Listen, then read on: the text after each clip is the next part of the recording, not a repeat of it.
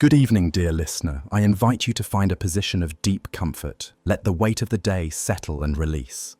There is nothing required of you now but to listen should you choose to. Feel free to leave a comment below, letting us know from which part of the world you are joining us and what time your clock shows. It is a pleasant thought to consider our collective stillness stretched across time zones and continents. Tonight, we commence a detailed reading of a remarkable and disturbing collection of primary source documents from the latter part of the 19th century. These documents, when compiled, form the complete historical record of the affair concerning the Transylvanian nobleman, Count Dracula. Our approach will be clinical and methodical, treating the texts as artifacts to be examined. We will begin, as the record itself does, with the journal of a young English solicitor, a man of logic and diligence, whose world was about to be irrevocably fractured. His name was Jonathan Harker. The chronicle opens on the 3rd day of May. Jonathan Harker, then a newly qualified solicitor serving his articles with Mr. Peter Hawkins of Exeter, sets down the first entry of what he presumes will be a travel and business diary. His tone is one of professional earnestness, blended with the natural curiosity of a young Englishman on his first significant continental journey. The purpose of this journey was of considerable importance to his firm. He was tasked with traveling to the remote Eastern Carpathians to finalize a complex real estate transaction with a foreign client of noble station. This client, the Count Dracula, had recently completed the purchase of an English property known as Carfax. The estate was a large, ancient house in the borough of Purfleet, Essex, situated adjacent to a private asylum and possessing a history as grim as its stone facade. The legal intricacies of the international purchase, coupled with the Count's own reclusive and peculiar nature, necessitated this final in-person consultation to secure signatures and transfer all necessary deeds and documents. Mr. Harker's journal begins with the meticulous precision one would expect of his profession. He notes his departure from Munich at 8:35 p.m. on the 1st of May, arriving in Vienna the following morning. His early observations are coloured by a distinctly Victorian English perspective. He is an agent of a modern, industrial and empirical world, venturing into what he perceives as a continent slumbering in its own past. He describes Vienna and Budapest with a tourist's appreciation, but his writing carries an undercurrent of impatience to move eastward and conclude his business.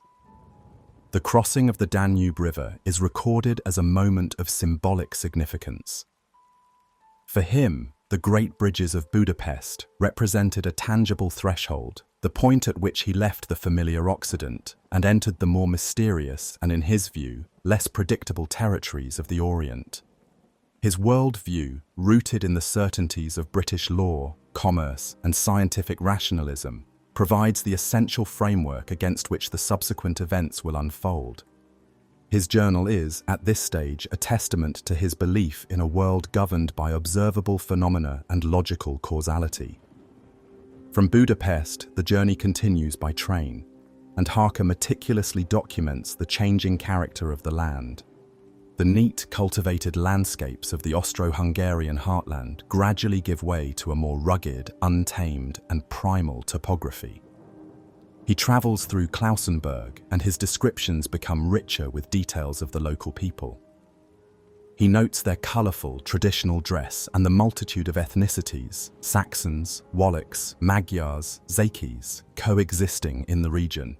He is an anthropologist in miniature, observing and recording, yet maintaining a distinct intellectual and cultural distance. His final railway stop is Bistritz, a small garrison town nestled in the foothills of the Carpathians, on the very edge of what was then the Transylvanian frontier. It is here, at the Golden Crone Hotel, an establishment personally recommended to him by the Count, that the first tangible notes of discord enter his narrative. Upon his arrival at the inn, 2 items are waiting for him.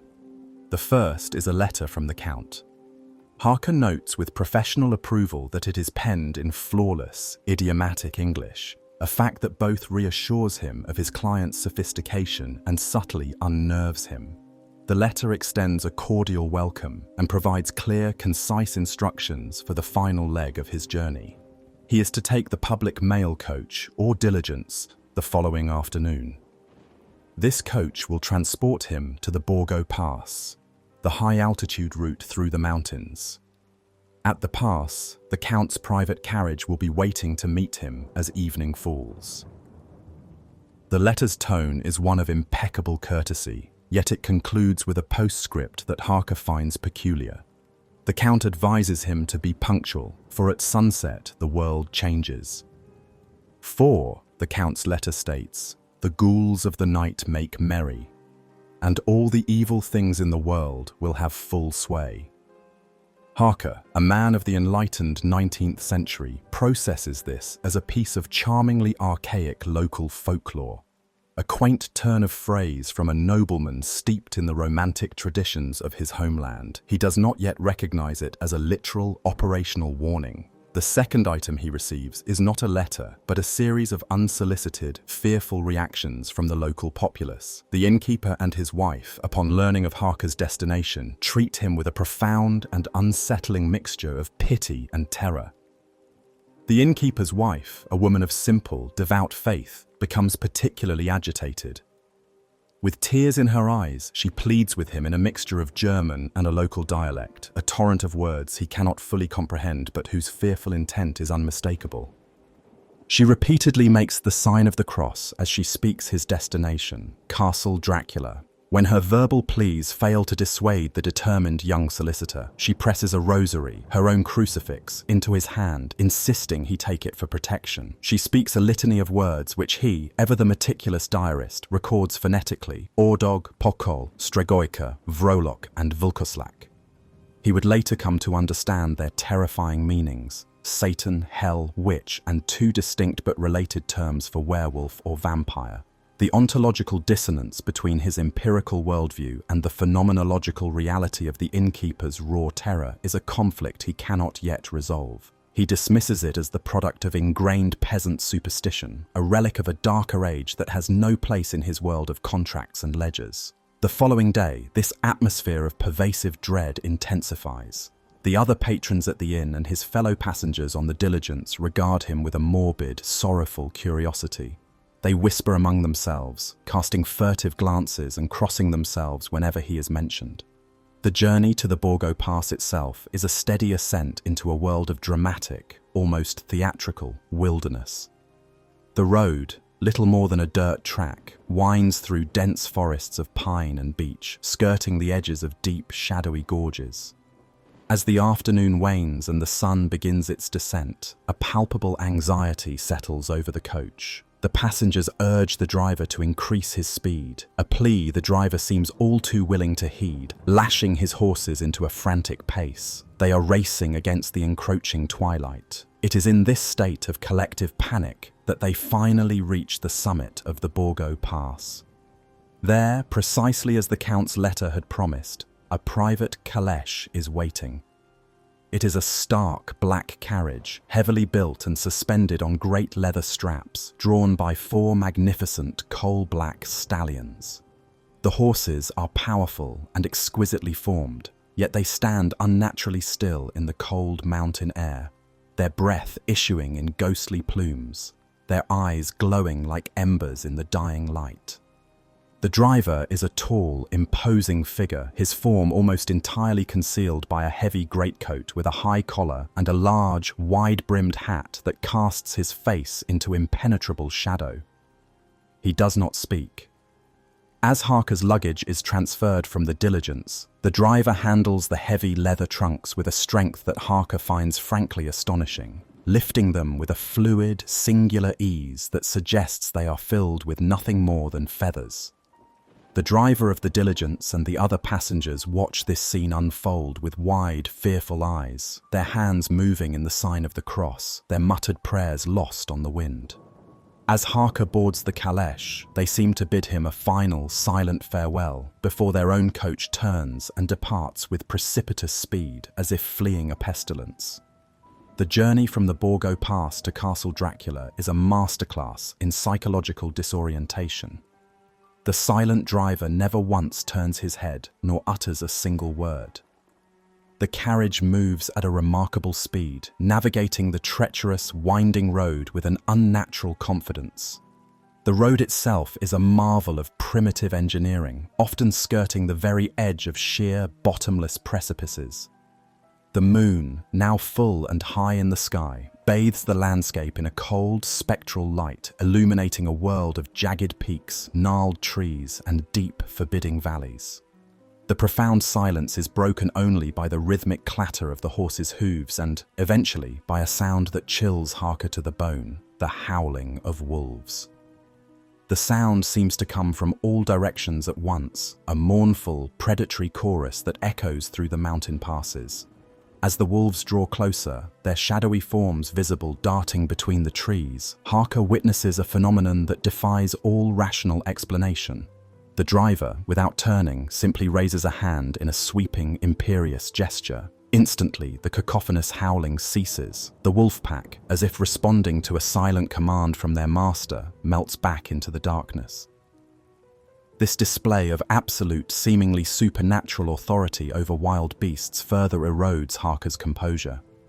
He also records seeing eerie, flickering blue flames appearing intermittently by the roadside, dancing over unseen spots in the ground. On several occasions, the driver halts the carriage, dismounts, and walks to these flames, marking the locations with small piles of stones before returning to his seat and proceeding. Harker is a prisoner in this carriage, a solitary, rational man being conveyed through a living nightmare by a silent, inscrutable, and impossibly powerful guide. Long after midnight, after hours of this silent, terrifying journey, they arrive at their destination. Castle Dracula is a vast and imposing ruin, a sprawling edifice of dark stone perched precariously on the edge of a great cliff. Its broken battlements and tall, narrow windows are starkly silhouetted against the moonlit sky, creating an image of formidable power and profound decay. The carriage passes through a great, arched gateway into a wide, dark courtyard. The entire castle is plunged in darkness. Not a single light is visible in any of its myriad windows. The driver pulls the horses to a halt before a massive oak door studded with iron bolts. He dismounts, and for the first time, he speaks. His voice is deep and somewhat harsh, with a peculiar metallic quality, yet his words are of formal welcome. "Welcome to my house," he says, his hand gesturing towards the door. "Enter freely and of your own will." It is only then that Harker realizes this imposing driver is the Count himself. As the young solicitor steps across the threshold, he finds himself in a grand, stone-paved hallway. The air is cold and heavy with the smell of damp earth and ages of disuse. The Count, now holding an antique silver lamp that casts long, dancing shadows, personally welcomes him. It is here that Harker's journal provides its first meticulous clinical description of his host, a portrait of unnerving contradictions. The Count is a tall, old man, clean-shaven save for a long, white moustache that droops over his mouth. He is dressed entirely and immaculately in black, without a single speck of colour to relieve the funereal aspect of his attire. His manner is one of stately, aristocratic grace, a courtly hospitality that seems to belong to a bygone era. However, Harker, a man trained in the dispassionate observation of detail, records a number of physical peculiarities that he finds deeply unsettling. The Count's handshake is as cold as ice, possessing a grip of such astonishing, vice-like strength that it makes Harker wince. This prodigious strength seems utterly inconsistent with the man's apparent age and his slender, almost gaunt frame. His face is a strong aquiline with a high, thin bridge of the nose and peculiarly arched nostrils. His forehead is lofty and domed, and his hair grows sparsely at the temples but is profuse elsewhere. His eyebrows are massive and bushy, almost meeting over his nose. The mouth, what Harks can see of it beneath the moustache, is fixed and cruel-looking, with remarkably red lips that stand in stark contrast to the pallor of his skin.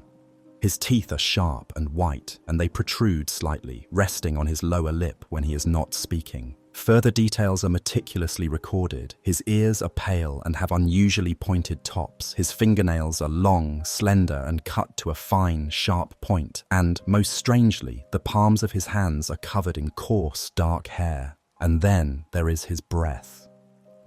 Harker notes with a flicker of professional revulsion that the Count's breath is rank and fetid. a charnel house odor that seems to speak of ancient crypts and decay.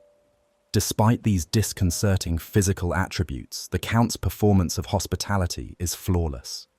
He leads Harker through a labyrinth of stone corridors and spiral staircases to a well-appointed suite of rooms. A large fire burns cheerfully in the hearth, and a substantial supper is laid out on a table set with fine china and heavy silver. The Count invites Harker to eat, but again, as in his letters, he excuses himself from joining him, stating that he has already dined and that it is his custom to eat late, if at all. This becomes the unwavering routine throughout Harker's stay. The solicitor never once witnesses his host consume any food or drink. After his solitary meal, Harker is invited to join the Count for conversation. The Count proves to be a brilliant and engaging interlocutor, possessing a mind of formidable scope and depth. He displays a profound and encyclopedic knowledge of England, its history, its laws, its social customs, its geography, and even its contemporary slang. He questions Harker relentlessly and minutely about the specifics of the Carfax estate and its environs. He is interested in every detail, from the layout of the neighbouring lunatic asylum to the schedules of the local trains and the shipping routes into the Port of London. This intense conversation lasts until the first faint rays of dawn begin to streak the eastern sky. At the sight of the approaching daylight, the Count abruptly stands, excuses himself, and departs, leaving Harker to retire to his room, his mind reeling from the strange admixture of courtly charm and unnerving intensity. The first few days of Harker's stay establish a strange and unsettling rhythm. He awakens late each morning to find a hot breakfast laid out for him, though he never sees or hears the servant who prepares it. He is given the freedom of certain parts of the castle during the day. He spends a great deal of his time in the Count's magnificent library, a vast chamber lined with thousands of books covering a dizzying range of subjects, with a particular and overwhelming emphasis on English history, geography, law, and culture. It becomes terrifyingly clear to Harker that the Count has been systematically and obsessively studying England for decades, perhaps centuries, in preparation for his relocation. Yet this semblance of scholarly retreat and personal freedom is a carefully constructed illusion. As Harker, driven by a growing unease, begins to explore the castle more methodically, he makes a chilling discovery. Every single door leading to the outside, and indeed most of the internal doors beyond his own suite, are locked, bolted, and barred from the outside. The tall, narrow windows of his rooms are impassable, opening onto a sheer, dizzying drop of hundreds, perhaps thousands, of feet into the gorge below. He systematically tries every potential exit, his heart sinking with each heavy, unmoving door. The truth solidifies in his mind with the cold, hard finality of a tombstone. He is not a guest in Castle Dracula, he is a prisoner. This realization marks a profound and irreversible shift in the tone and content of his journal. The detached, professional diarist is supplanted by a man gripped by a quiet, creeping, existential terror. He continues to maintain a facade of polite cordiality during his nightly conversations with the Count, diligently answering questions and finalizing the legal paperwork, all while his mind is a maelstrom of fear and desperate calculation. His perception of the Count undergoes a radical transformation. He begins to see the nobleman's courtly manners not as genuine hospitality, but as the patient, predatory movements of a spider observing a fly caught in its web.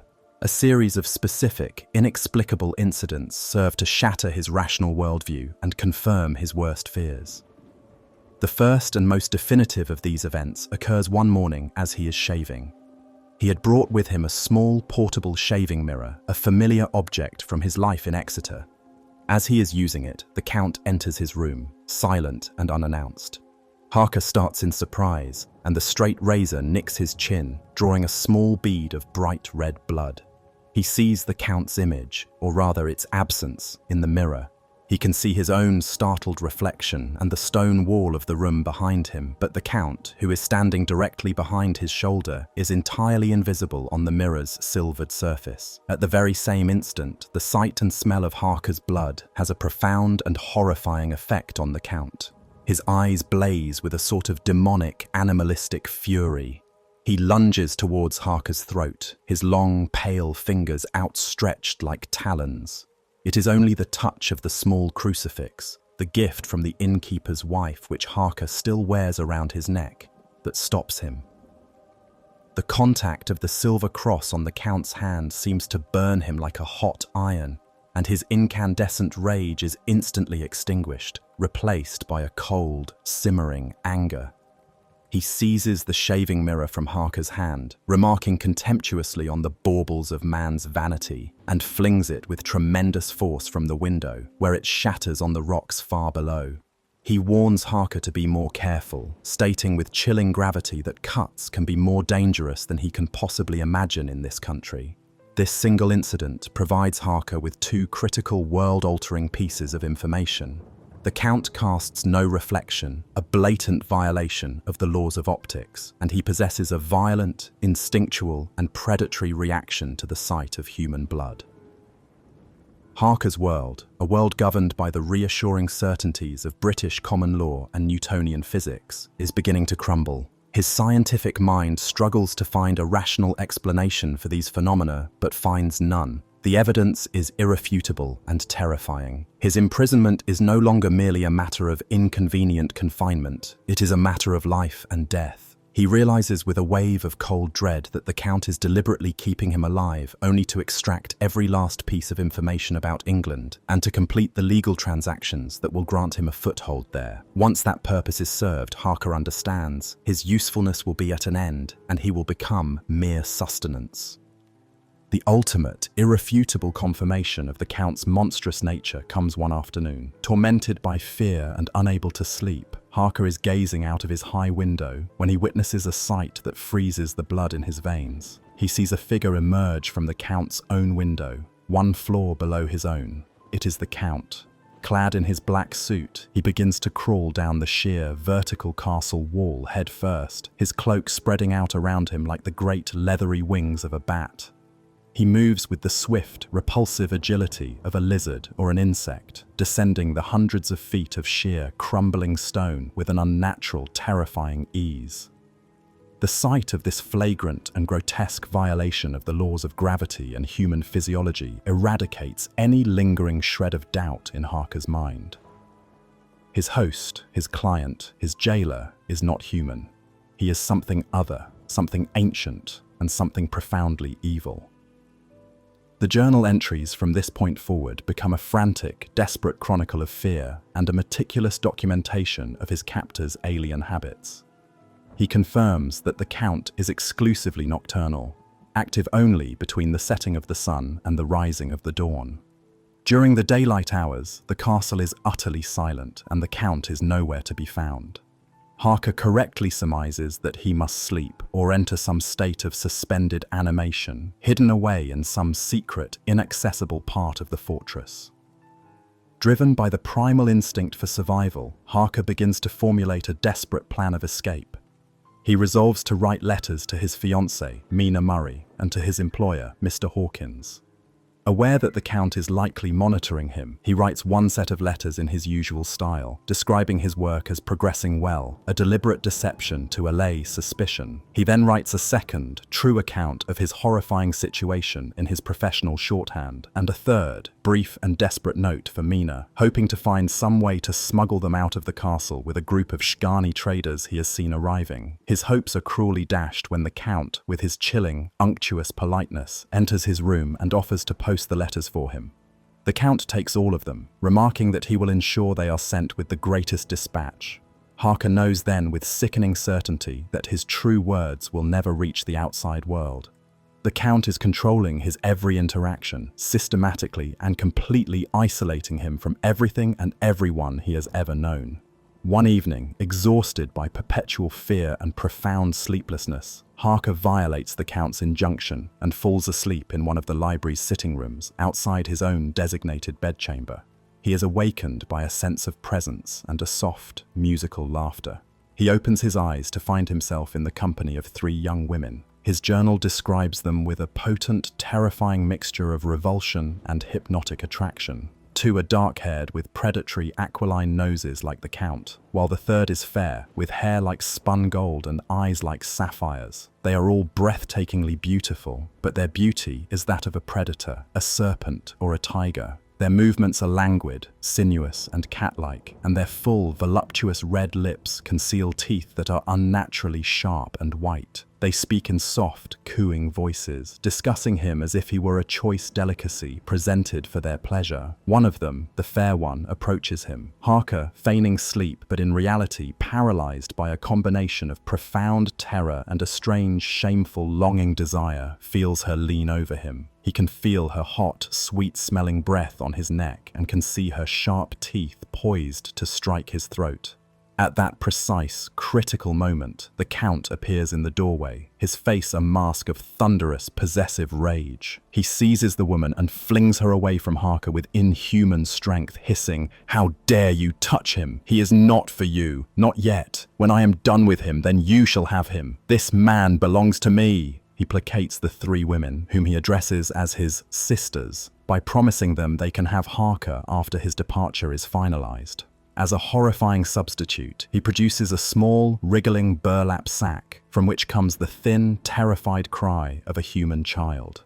He throws the sack to the women, who descend upon it with a horrifying, gurgling eagerness. The last thing Harker perceives before he faints from sheer, unadulterated terror is their feeding frenzy.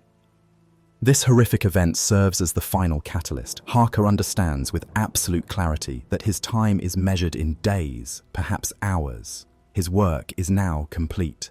All the legal documents are signed and sealed. He has to find the Count's daytime hiding place, his lair, and if possible, find the key to the main door and escape before the Count departs for England. He begins a systematic, daylight search of the forbidden sections of the castle. His desperate search eventually leads him, guided by the foul, earthy smell of decay, to a small, crumbling old chapel in a forgotten wing of the castle. The door is ancient and heavy, but unlocked. The air within is heavy and fetid, thick with the smell of damp earth, mildew, and death. Inside, arranged in neat rows, he finds a terrifying sight. 50 large rectangular wooden boxes, identical to the shipping crates used for transporting goods. He pries the lid off one. It is filled with freshly dug, dark earth. He realizes with a jolt of understanding that this must be the Count's native soil, perhaps consecrated ground from his own tomb, which he requires for his daily rest. It is his portable homeland, his sanctuary. He begins to move from box to box, his heart pounding in his chest. In one of them, he finds the Count. The sight is more grotesque than anything he could have imagined. His host is lying as if dead, but he is not.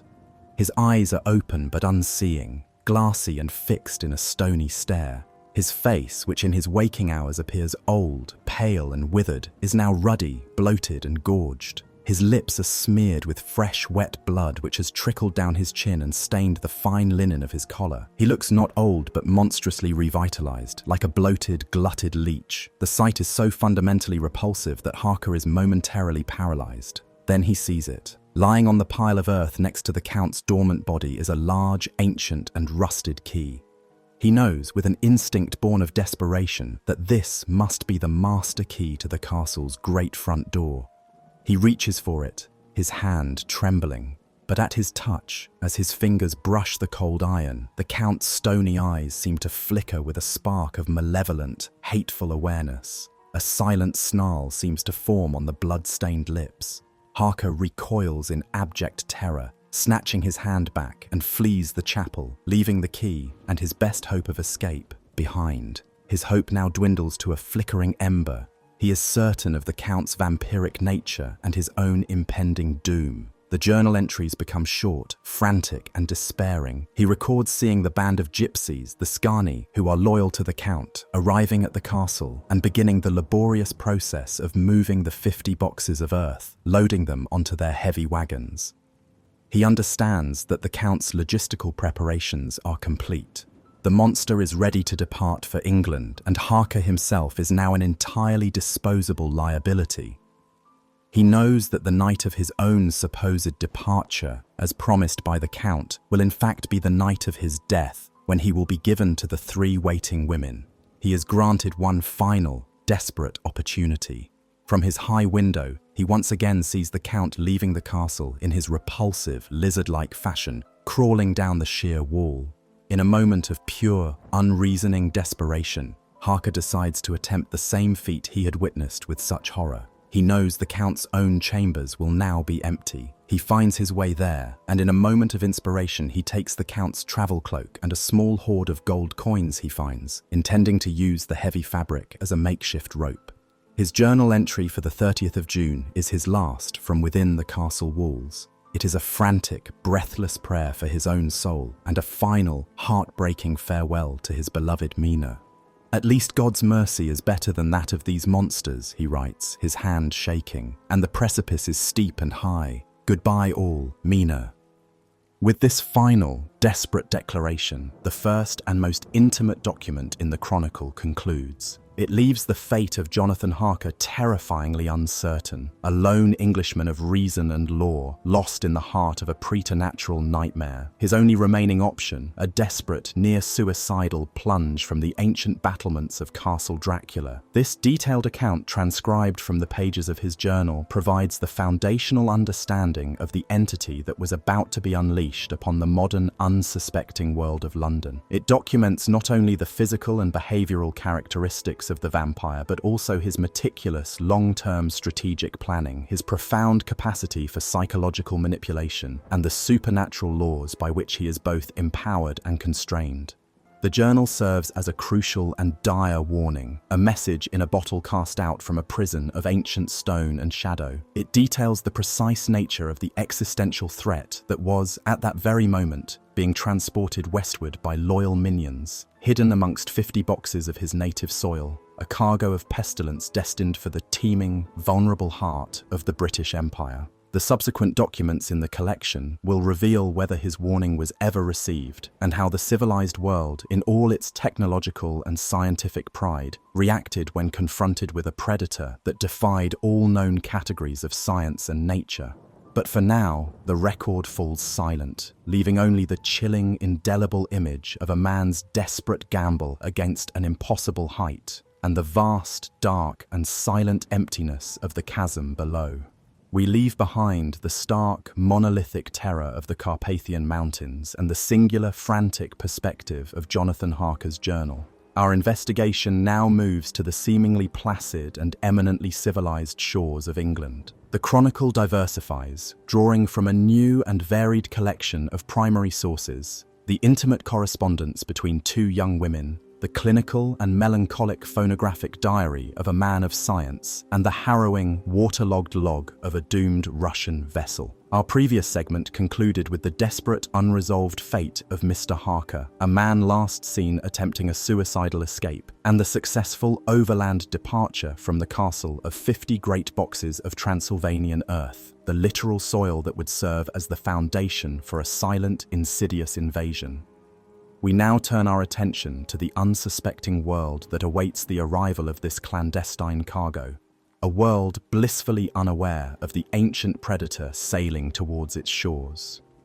The narrative thread is first picked up not with any news of the missing solicitor, but through the preserved correspondence between his fiancée, Miss Wilhelmina Murray, who was known to her friends simply as Mina, and her dearest friend, Miss Lucy Westenra. These letters, penned with the elegant cursive of the period, provide an invaluable and deeply personal window into the lives, aspirations, and anxieties of 2 young Englishwomen on the very cusp of the 20th century.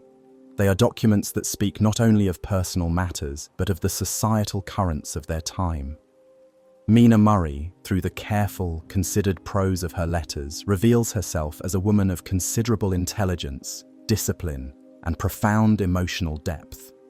Employed as an assistant schoolmistress, she is a model of the emerging new woman, educated, self-sufficient, and professionally engaged. A key detail she mentions is her diligent practice of shorthand, a skill she hopes will allow her to be of practical use to her future husband, Jonathan, in his legal work.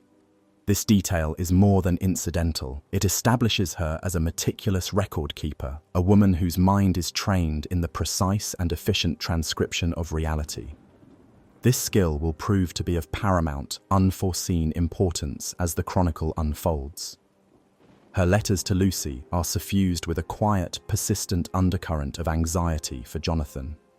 Weeks have passed with no proper communication, only a brief, strangely formal note informing her of his arrival at the castle and his impending departure. This lack of news gnaws at her, a dissonant note in the otherwise orderly composition of her life. She is a woman who finds comfort in structure and predictability, and the prolonged silence from the man she loves is a source of deep and growing disquiet. In striking and deliberate contrast, Lucy Westenra's letters paint a portrait of dazzling, almost ethereal, youthful exuberance. Her correspondence is a cascade of social grace, charming frivolity, and the unclouded optimism of a young woman who has known only beauty, adoration, and privilege. As the beautiful, cherished daughter of a wealthy, though somewhat frail mother, her life is a whirlwind of social engagements, garden parties, balls, and the constant, flattering attentions of numerous suitors. Her writing style reflects her personality perfectly. It is effusive, punctuated by playful dashes, breathless exclamation points, and a stream of consciousness candor.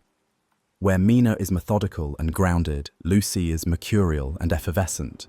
The contrast between the two friends is a study in archetypes. Mina, the grounded, thoughtful working woman, her beauty one of intelligence and character. Lucy, the radiant, celestial beauty floating on a sea of aristocratic leisure. Yet their bond of friendship, as revealed in the intimacy of their letters, is profound and unconditional. They are each other's primary confidant, their relationship a sanctuary of deep, mutual affection and unwavering support. This emotional bedrock will soon be subjected to pressures it was never designed to withstand.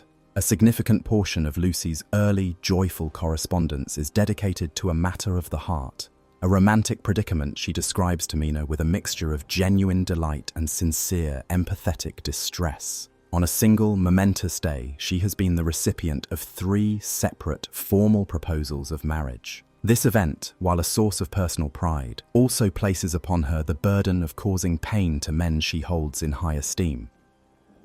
The first of these proposals comes from Dr. John Seward. Lucy describes him to Mina as a man of immense gravity and formidable intellect, handsome in a serious, scholarly way, and utterly dedicated to his scientific pursuits.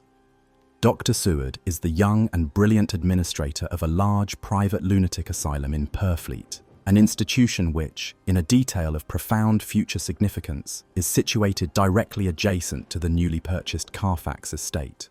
Lucy expresses her deep admiration for Dr. Seward's mind and character, but her letter makes it clear that she feels for him only a profound respect and a warm sisterly friendship, not the all-consuming romantic love she believes is the only true foundation for marriage.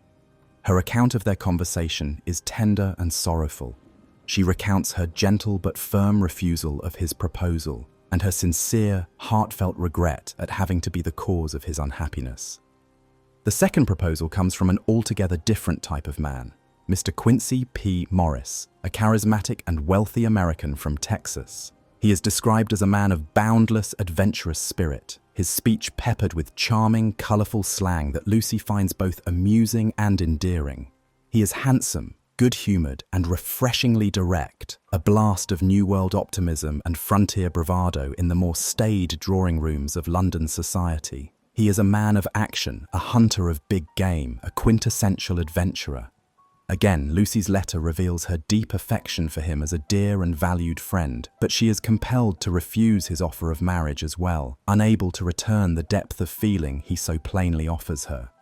The third suitor, and the one to whom she has irrevocably given her heart, is Mr. Arthur Holmwood. He is the very picture of the ideal Victorian husband for a woman of her station, handsome, wealthy, impeccably mannered, and the son and heir of Lord Godalming. He is her social equal, a man with whom a union would be both a love match and a brilliant social alliance. Her letter to Mina announcing her acceptance of Arthur's proposal is a paroxysm of joy, a torrent of ecstatic prose that communicates the pure, unadulterated happiness of a young woman deeply in love and entirely secure in her future. This seemingly conventional romantic narrative serves a crucial structural purpose within the chronicle. It introduces, with elegant efficiency, three men who will become central figures in the coming struggle. Each of them, Seward, the man of science, Quincy, the man of action, and Arthur, the man of noble heart and station, is now bound to Lucy Westenra by a powerful and distinct emotional tie. This bond of unrequited or fulfilled love will serve as their primary motivation, the catalyst that will unite them against a common, unimaginable foe. To gain a more profound understanding of the first of these men, Dr. Seward, we must turn from the delicate, ink-stained pages of the lady's correspondence to another primary source document from this period, his personal diary. In a testament to his forward-thinking, scientific mindset, Seward keeps his diary not in a written ledger, but dictates his thoughts, observations, and clinical notes into a phonograph machine. This technological choice provides the chronicle with a uniquely immediate and unfiltered account of his internal state. The wax cylinders capture not just his words, but the very cadence and tone of his voice, preserving his thoughts with a raw, unedited honesty. His early diary entries are suffused with a deep and pervasive melancholy following his rejection by Lucy. He records his sorrow with a clinical detachment that fails to mask the profound pain beneath. He resolves, as a man of his discipline would, to throw himself entirely into his work, seeking solace and distraction in the empirical, rational, and ordered world of medicine and psychiatry. The asylum, with its population of broken minds, becomes his sanctuary and his obsession. His professional focus narrows to one particularly fascinating and challenging case, a patient by the name of R.M. Renfield. Renfield is described as a man of somewhere in his late 50s, of immense physical strength and subject to recurring, violent fits of mania that alternate with periods of morose, sullen lucidity. Dr. Seward's detailed clinical observations of Renfield paint a picture of a mind spiraling into a bizarre and horrifyingly systematic delusion.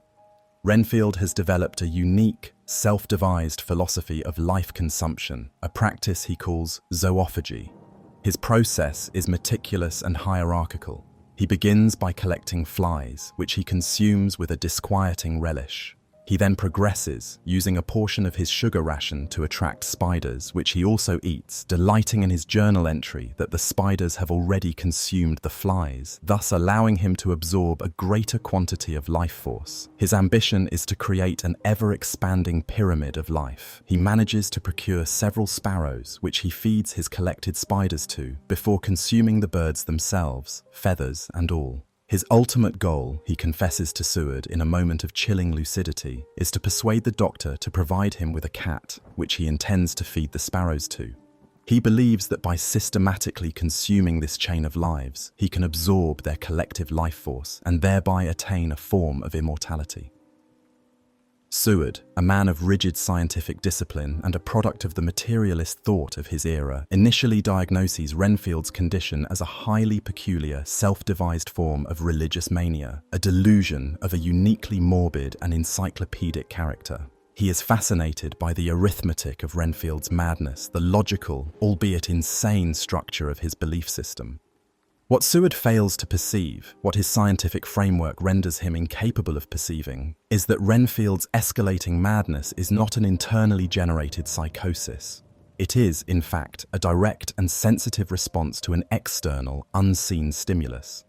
Renfield is acting as a kind of psychic barometer, a human antenna tuned to a dark and powerful frequency. His periods of calm and his violent fits of mania correspond with perfect, uncanny accuracy to the geographical proximity of Count Dracula. As the Count's ship, the Demeter, makes its slow, grim progress across the seas of Europe towards England, Renfield's excitement and his zoophagous activities intensify. He begins to speak, in hushed, reverent tones, of the imminent coming of his master, his lord, for whom he is preparing a welcome. Dr. Seward, in his phonographic diary, records these cryptic outbursts with detached clinical interest, labeling them as further evidence of the patient's messianic delusions. He is entirely unaware that his most curious and challenging patient is, in fact, a living, breathing harbinger of the very entity that will soon threaten the life of the woman whose rejection has plunged him into his current state of professional obsession. The asylum itself, with its high walls and barred windows, standing directly adjacent to the crumbling old chapel at Carfax, becomes an unwitting forward observation post in a war that has not yet been declared, with Dr. Seward as its chief but tragically blind intelligence officer. Meanwhile, as summer deepens, Mina Murray travels to the picturesque seaside town of Whitby to spend a holiday with Lucy and her ailing, delicate mother. Mina's own journal, kept with diligent precision in her professional shorthand, now becomes our primary guide. Her descriptions of Whitby are rendered with a painterly eye for detail, establishing the town as a character in its own right. It is a place of dramatic, elemental contrasts. The town is cleaved in two by the River Esk. On the east side lies the Old Town, a dense, charming jumble of red-roofed fishing cottages and narrow, winding lanes, all clustered precariously around the bustling harbour. On the west side is the newer, more fashionable resort area, with its grand hotels and promenades catering to the burgeoning tourist trade. Dominating the entire landscape from its perch atop the steep east cliff are the stark, skeletal ruins of Whitby Abbey. This once great Benedictine monastery, sacked by Danish invaders centuries earlier, stands as a potent symbol of sacred power fallen into ruin. Immediately beside the abbey stands the ancient parish church of St. Mary, its graveyard filled with a chaotic legion of weathered, salt-scoured tombstones, many of which lean at precarious angles on the cliff edge, memorials to the countless Whitby sailors lost to the unforgiving North Sea. Mina's journal entries from this period are a delicate tapestry, weaving together idyllic observations of their seaside holiday with the persistent, gnawing thread of her anxiety for Jonathan. She and Lucy fall into a peaceful routine. They spend their days walking along the cliff paths, sketching the dramatic scenery, and engaging in the long, intimate conversations that are the lifeblood of their friendship. They soon discover a favourite spot, a particular bench in the St. Mary's churchyard that offers a breathtaking, panoramic view of the harbour, the old town, and the vast expanse of the sea beyond. It is on this bench that they make the acquaintance of an old fisherman by the name of Mr. Swales.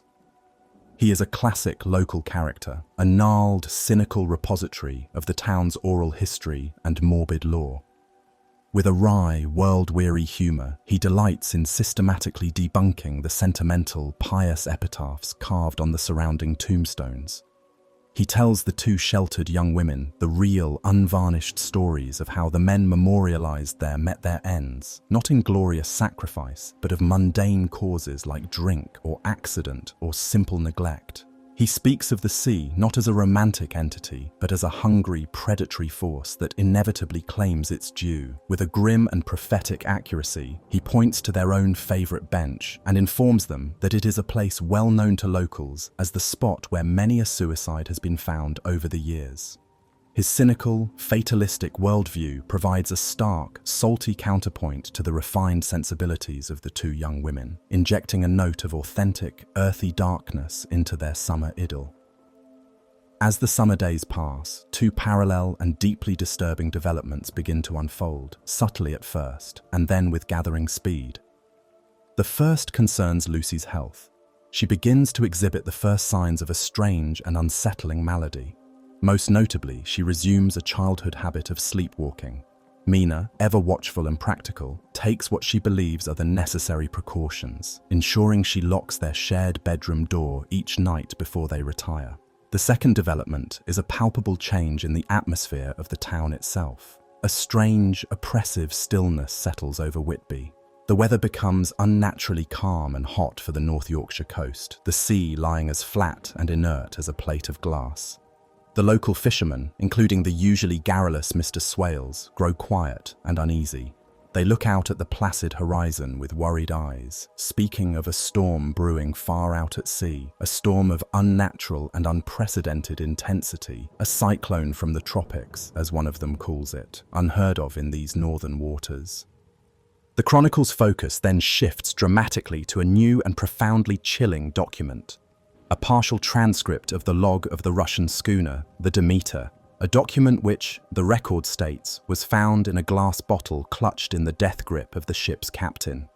The log provides a terrifying, chronological, first-hand account of the Count's sea voyage from the Bulgarian port of Varna on the Black Sea, bound for Whitby. The early entries, penned by the captain, are routine and professional.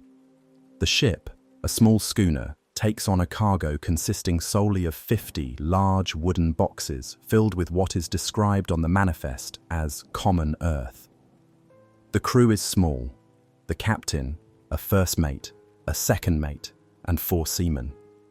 The initial leg of the journey, through the Bosphorus and the Dardanelles and across the Aegean and Mediterranean seas, is entirely uneventful.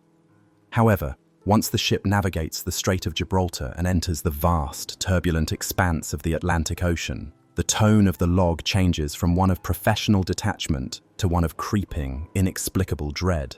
The first mate begins to report a growing sense of profound unease among the crew. The men, once boisterous, become sullen, withdrawn, and fearful. They whisper among themselves of a tall, thin, spectral man whom they have glimpsed stalking the decks in the dead of night. The captain, a rational man of the sea, dismisses these stories as the product of overactive imaginations and too much grog. Then, the first crewman vanishes. A thorough search of the small vessel reveals nothing. He is simply gone. A few days later, another man disappears without a trace. A palpable, suffocating terror now grips the small, isolated community of the ship. They are trapped on the open water with an unseen and malevolent presence that is picking them off one by one.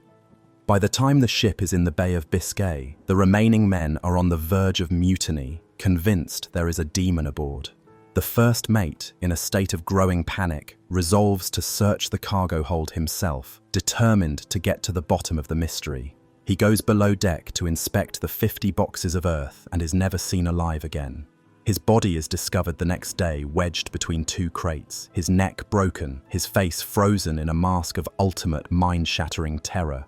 The captain's log entries, now the only record, become increasingly frantic and despairing. He is now sailing a ghost ship with only himself and 1 remaining seaman left alive. This last crewman, his mind finally snapping under the strain of perpetual fear, climbs to the top of the mainmast, shrieking about a gaunt figure with glowing eyes emerging from the hold, and deliberately throws himself into the churning sea below. The captain is now utterly alone. He knows he is being hunted. In his final desperate and heroic entry, he writes that he sees the thing now, the tall, thin man with the burning red eyes. He resolves that he will not abandon his ship or his post. He will see his vessel to its destination. In a final act of defiance, he takes a crucifix in one hand and uses the other to lash his own body to the wheel of the helm, determined to guide his ship to port, even in death. He cannot be everywhere at once, the captain writes in a shaky, sea-stained hand. I have locked the door of the forecastle. He is in the hold, I think. I shall tie my hands to the wheel, and with my rosary in my hand, I shall meet my fate like a man. This doomed vessel is the very ship that the people of Whitby have been watching for days, a schooner sailing erratically and, impossibly, against the wind. As the tremendous, unnatural gale that the fishermen predicted finally descends upon the town, the Demeter is driven with terrifying speed toward the harbour. Mina, from her high vantage point on the west cliff, watches the horrifying spectacle unfold.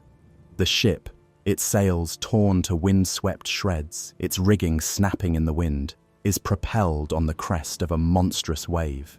It misses the narrow harbour entrance and crashes violently onto the sandy beach just inside the harbour walls, its prow burying itself deep in the sand with a great, shuddering groan. When the tempest finally subsides enough for the Coast Guard and a party of local men to board the vessel, they find a scene of utter, eerie horror. The ship is completely deserted, save for the corpse of the captain, lashed securely to the wheel, his dead eyes staring out at the town in unseeing terror, his crucifix clutched in his hand. As the stunned men stand on the deck of this floating tomb, a huge, black dog-like creature, described as being the size of a calf, is seen to leap from the deck of the ship. It races across the beach and with an unnatural agility bounds up the steep 199-step stone staircase of the East Cliff, disappearing into the darkness of the St. Mary's churchyard near the looming ruins of the abbey. The only cargo discovered in the ship's hold is a number of large, heavy wooden boxes filled with nothing but common earth. The Chronicle has now documented, with a chilling convergence of documentary evidence, the successful arrival of Count Dracula on the shores of England. That very night, the night of the great storm, Mina Murray awakens in the small hours to a disquieting silence. The wind has dropped. She feels a draft and discovers the bedroom door, which she had been so careful to lock, is standing slightly ajar. A wave of cold, immediate panic seizes her. She turns and sees that Lucy's bed is empty. Driven by a desperate, instinctual fear, she grabs a shawl and runs out into the rain-lashed, moonlit night, her heart pounding with dread. She instinctively heads for their favorite spot, the bench in the churchyard on the East Cliff. And there, illuminated by a fleeting break in the storm clouds, she witnesses a terrifying tableau that will be forever seared into her memory. Lucy is there, half reclined on the bench in her white nightdress, her head thrown back, exposing the pale column of her throat. Bending over her is a tall, black figure, its form indistinct in the gloom, but its face, turned partially towards Mina, is a mask of white, intense concentration, its eyes seeming to burn with a hellish red light. For a brief, surreal moment, Mina's rational mind struggles to process the image, her primary concern, born of Victorian propriety, being for Lucy's reputation should she be discovered in such a compromising position. As Mina calls out Lucy's name, her voice thin against the wind, the figure raises its head and then seems to melt away into the deep shadows cast by the ancient tombstones. Mina rushes to her friend's side. Lucy is in a state of deep torpor, her breathing shallow, her skin cold to the touch. Mina wraps her own heavy wool shawl around her friend's shoulders and struggles to help the semi-conscious girl back to their lodgings. As she helps Lucy into bed, she notices two small red pinpricks on her friend's throat, just over the jugular vein. Mina, in her complete innocence of the true nature of the world's evils, assumes she must have accidentally pricked Lucy with a safety pin while hastily fastening the shawl in the dark. She has no conceptual framework, no category of thought that would allow her to comprehend the true vampiric nature of the wounds. In the days that follow, Lucy's health declines at an alarming and inexplicable rate. She becomes unnaturally pale and profoundly lethargic, plagued by terrifying nightmares from which she wakes screaming. She speaks of a great weight on her chest at night, of the suffocating feeling of being unable to breathe, of hearing the sound of great leathery wings flapping at her window, and of seeing two burning red eyes in the darkness of her room. Mina's concern deepens, but she attributes Lucy's deteriorating condition to the nervous shock from the storm and the sleepwalking incident. It is at this critical juncture that a telegram arrives, bringing momentous news. Jonathan Harker has been found. He is alive, but gravely ill with brain fever, in the hospital of St. Joseph and St. Mary in Budapest. He is asking for her.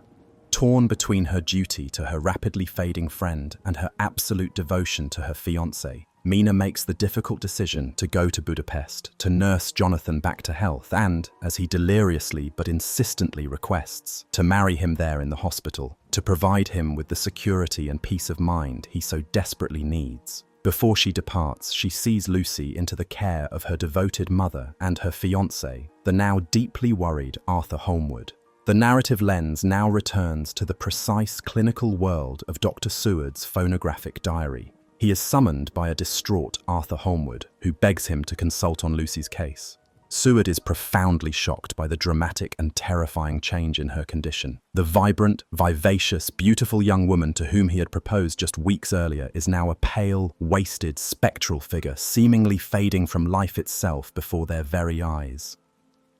As a man of medicine, he is utterly baffled. He can find no discernible organic cause for her extreme anemia and rapid, progressive decline. Her symptoms do not conform to any known medical diagnosis.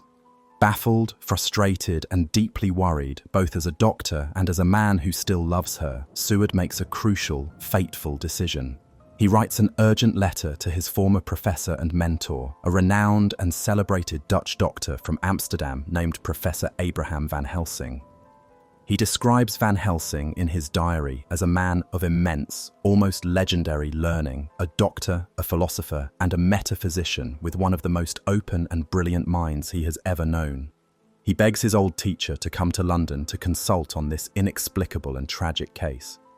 Van Helsing arrives, and his introduction to the Chronicle marks another decisive turning point in the unfolding conflict. He is described as a man of medium height, with a strong, solid build, a broad, clean-shaven face, a large, determined chin, and calm, steady blue eyes that seem to see everything. He speaks English with a heavy Dutch accent, but his grammar is precise, his vocabulary immense, and his thoughts are expressed with a deliberate, philosophical clarity. His examination of Lucy is painstaking and intense. He inspects her gums, her eyes, and, most significantly, the two small, festering wounds on her throat. His reaction is not one of confusion, like Seward's, but one of dawning, horrified recognition. A look of immense gravity and sorrow comes over his face. He does not immediately share his terrifying suspicions with the younger, more literal-minded English doctor, knowing that the truth, a truth that belongs to the darkest superstitions of a forgotten age, would be impossible for a modern man of science like Seward to accept without overwhelming and irrefutable proof. He tells Seward only that there is a deep and terrible cause for the young woman's illness, and that they must fight for her life and, he adds with solemn emphasis, for her soul, with all their strength and resources. Van Helsing's first prescribed course of action is radical and immediate. He declares that Lucy requires an urgent and massive infusion of blood to counteract her life-threatening anemia. In an age before blood banks, typing, and cross-matching, this is a direct and highly dangerous procedure, a literal and direct transfer of vitality from one body to another. Arthur Holmwood, her distraught fiancé, immediately and without hesitation volunteers. Van Helsing facilitates the transfusion, directly connecting a vein in Arthur's strong arm to one in Lucy's frail one. The effect is immediate and seemingly miraculous. Colour floods back into Lucy's cheeks, her shallow breathing evens and deepens, and she awakens from her torpor, looking almost like her old, vibrant self. Van Helsing, however, offers no false hope. He warns them gravely that this is only a temporary reprieve. They have, he explains with a grim metaphor, refilled the well, but the leak remains, and something is draining it each night. He sternly warns Arthur and Seward that they are now engaged in a desperate battle for Lucy's life against a foe they cannot see and do not yet understand. To guard against this unseen nocturnal predator, Van Helsing takes a precaution that seems utterly bizarre and shockingly unscientific to Dr. Seward. He produces a large quantity of freshly picked garlic flowers. With the methodical care of a ritualist, he weaves a thick, pungent wreath of the blossoms and places it carefully around Lucy's neck. He then takes individual cloves of garlic and rubs them along the sashes of the windows and the frame of the door, filling the entire sick room with the powerful, acrid and pervasive scent. Seward, the man of science, is completely and utterly baffled by this. He watches his revered mentor engaging in what appears to be a primitive folk superstition, a remedy belonging to the realm of peasant folklore, utterly out of place in a modern medical context. Van Helsing, however, is implacable, his immense gravity and quiet, forceful intensity overriding Seward's unspoken skepticism. He issues a stark and unequivocal command to Lucy's mother and the household maids. Under no circumstances are the windows to be opened or the garlic flowers to be removed from around Miss Lucy's neck. The battle lines for the soul of Lucy Westenra are now formally drawn. In one corner is the ancient predatory evil of the Count, who has selected Lucy as his first English victim, his nightly source of sustenance, and his potential undead bride, who will help him spread his contagion through London. In the other corner is a small, dedicated, but still largely ignorant band of protectors. Arthur, her noble lover, willing to pour his own life into hers. Seward, the man of science, his rigid worldview slowly being forced to confront the terrifying limits of his own knowledge, and Van Helsing, the master strategist, the only one present who understands the true nature of the ancient enemy they face. The narrative of this segment concludes not with a resolution, but with a tense and fragile stalemate. Lucy Westenra lies in her sickbed, now a fortress of garlic, her life a flickering candle precariously balanced between two worlds, temporarily restored by the lifeblood of the man she loves. But the creature that hunts her is patient. It waits in the shadows of the great sprawling metropolis of London, its power growing, its influence spreading, as evidenced by the escalating prophetic madness of the patient Renfield, who alternately raves in his cell about the coming of his blood-drinking master and begs for the lives of the spiders he once consumed. The struggle for Lucy Westenra is no longer merely a tragic medical case. It has become the first major declared battle in a secret war for the soul of England itself. Our chronicle continues its methodical, unhurried path. As we proceed, remember that the purpose here is not to startle or alarm, but to provide a steady, quiet current of narrative, a companionable voice to accompany you into stillness. We resume our detailed examination of the historical record at a point of intense and fragile crisis. Our focus remains on the escalating and ultimately tragic struggle for the life and soul of Miss Lucy Westenra. Our previous segment concluded with what can only be described as a fragile, temporary stalemate. Lucy, her vitality perilously restored by a direct blood transfusion from her devoted fiancé Arthur Holmwood, lay in her sickbed, a chamber transformed into a temporary sanctuary by the ancient, pungent magic of garlic flowers. The desperate battle for her survival was being led by the formidable Dutch scholar, Professor Abraham Van Helsing, a man who alone seemed to possess the intellectual and spiritual framework to comprehend the nature of their unseen enemy. But a war of this kind, fought against an ancient and patient evil, is a war of attrition, fought on multiple, often unseen, fronts. The resolve of the protectors, the integrity of their hastily constructed fortress, and the very fabric of their rational worldview were about to be tested with devastating, irreversible consequences.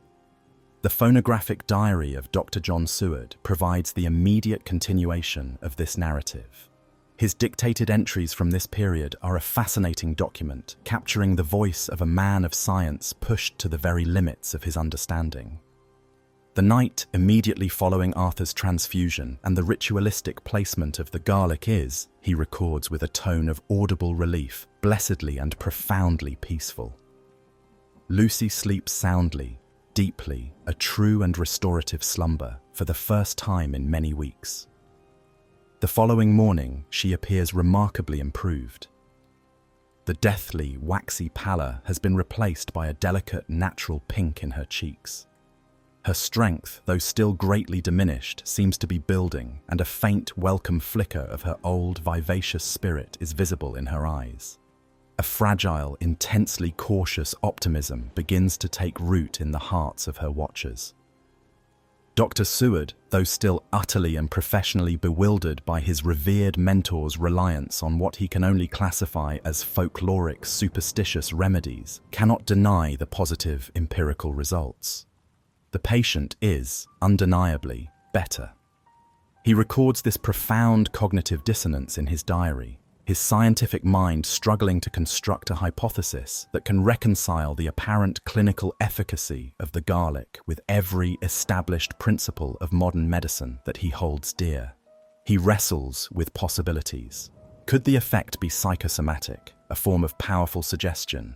Is Van Helsing, his brilliant mentor, a charlatan on a scale so grand it beggars belief? Or is he, more disturbingly, a genius of a different order, a man operating on ancient principles of nature that modern science has foolishly discarded or failed to perceive? He is a man caught in the intellectual chasm between two irreconcilable paradigms, the empirical, materialist, verifiable world of the late 19th century and the ancient, spiritual and supernatural world that Van Helsing seems to navigate with an unnerving, implicit confidence. Van Helsing himself, during this brief respite, does not appear relieved. He is watchful, his demeanor that of a veteran general between battles, inspecting his fortifications, aware that a single night of peace does not signify the end of the war. This fragile, hard-won peace, however, is not to be shattered by a direct, malevolent assault from the Count. Instead, the fortress is destined to be brought down from within, its defenses dismantled not by an act of evil, but by a catastrophic act of well-intentioned, loving ignorance. The agent of this destruction is Lucy's own mother, Mrs. Westenra, a woman of perpetually frail health herself, suffering from a chronic and severe cardiac condition. She has been deliberately kept in a state of managed ignorance regarding the true, terrifying severity of her daughter's condition. The doctors have shielded her from the full horror, fearing the shock would prove fatal. All she knows is that her beloved daughter is suffering from a mysterious and draining ailment, and that a strange, eccentric foreign doctor has prescribed a highly unconventional and, to her senses, deeply unpleasant course of treatment. That evening, upon entering her daughter's bedchamber to wish her good night, she is immediately and physically overwhelmed by the powerfully acrid, almost suffocating smell of the garlic. Believing the room to be stuffy, close and unhealthy, and thinking the pungent odor is the cause of her daughter's restless discomfort, she does the one thing Van Helsing had, with all the force of his considerable personality, expressly forbidden. With a mother's gentle, misguided certainty, she crosses to the large bedroom window and, fumbling with the latch, pushes it open to let in what she calls the good, fresh night air. Then, turning back to the bed and seeing the now withered, browning wreath of garlic flowers around Lucy's neck, she carefully removes it, viewing it as an ugly, wilted thing. She places it on a bedside table, away from her daughter.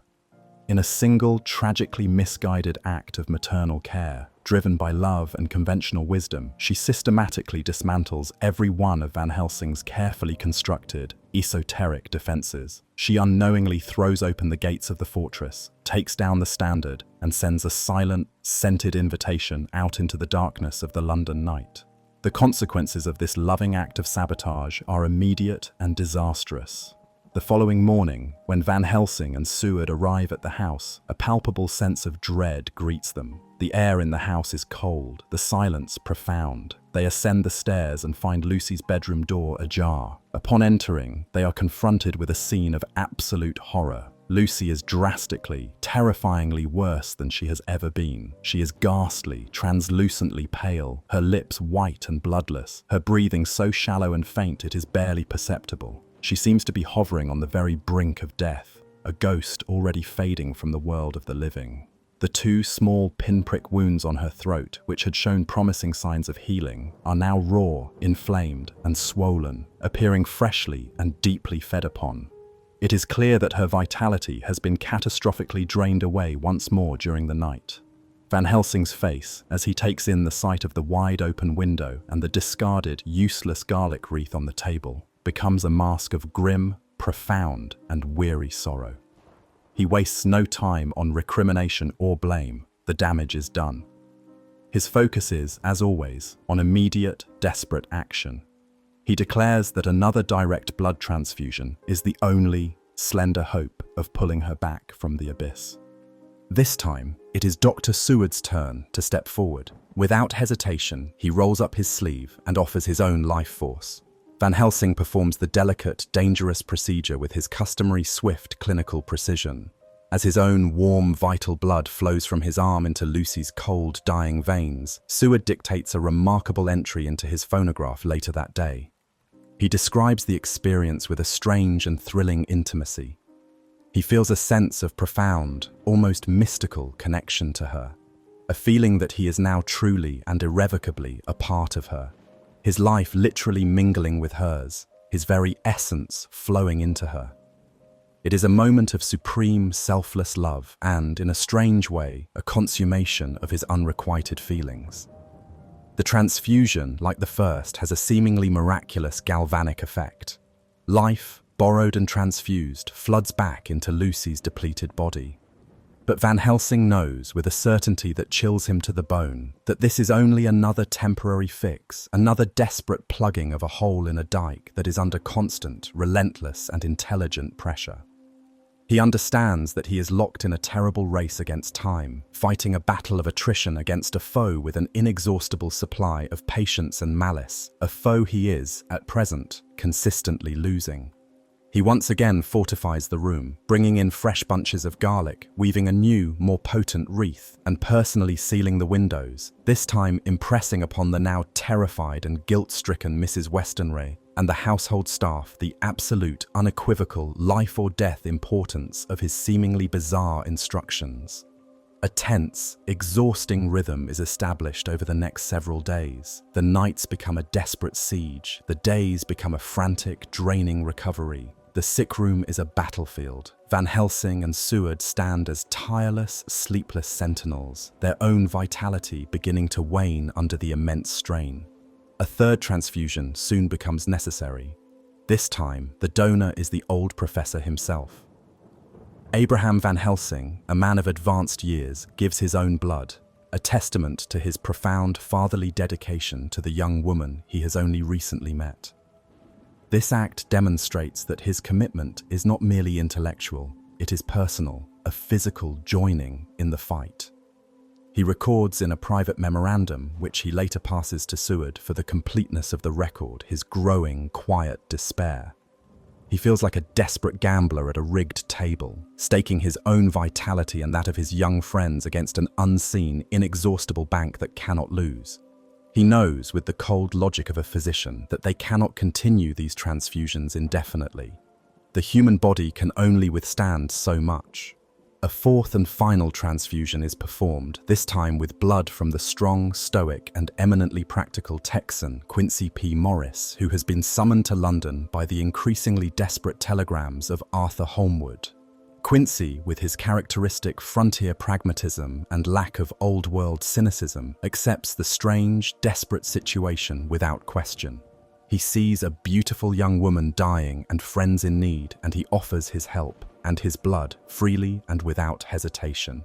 "Just tell me what to do and I'll do it," is his simple, unwavering creed.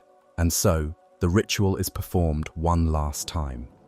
Lucy Westenra now carries within her the mingled life force of 4 different, devoted men. Her fiancé, Arthur, the man of noble heart; Dr. Seward, the man of science who loves her with a quiet, desperate intensity; Professor Van Helsing, the man of intellect and spirit who fights for her soul; and Quincy Morris, the man of action and unwavering courage. She has become a living, breathing vessel for their collective vitality, a human chalice containing the very essence of their devotion and strength. Her body is a literal battleground, her veins a contested territory, refilled each day by the forces of light, only to be drained each night by the forces of darkness. But despite these heroic, repeated efforts, her condition remains profoundly precarious. Her physical body is being sustained, but her psychological and, more importantly, her spiritual state is visibly and terrifyingly deteriorating. The periods of her natural, sweet-tempered lucidity become shorter and more infrequent. In her sleep, she is tormented, muttering in a voice that is not her own, a voice that is sultry, voluptuous, and chillingly cruel. Her teeth, to Seward's horrified clinical eye, appear to be growing longer, sharper, more pronounced.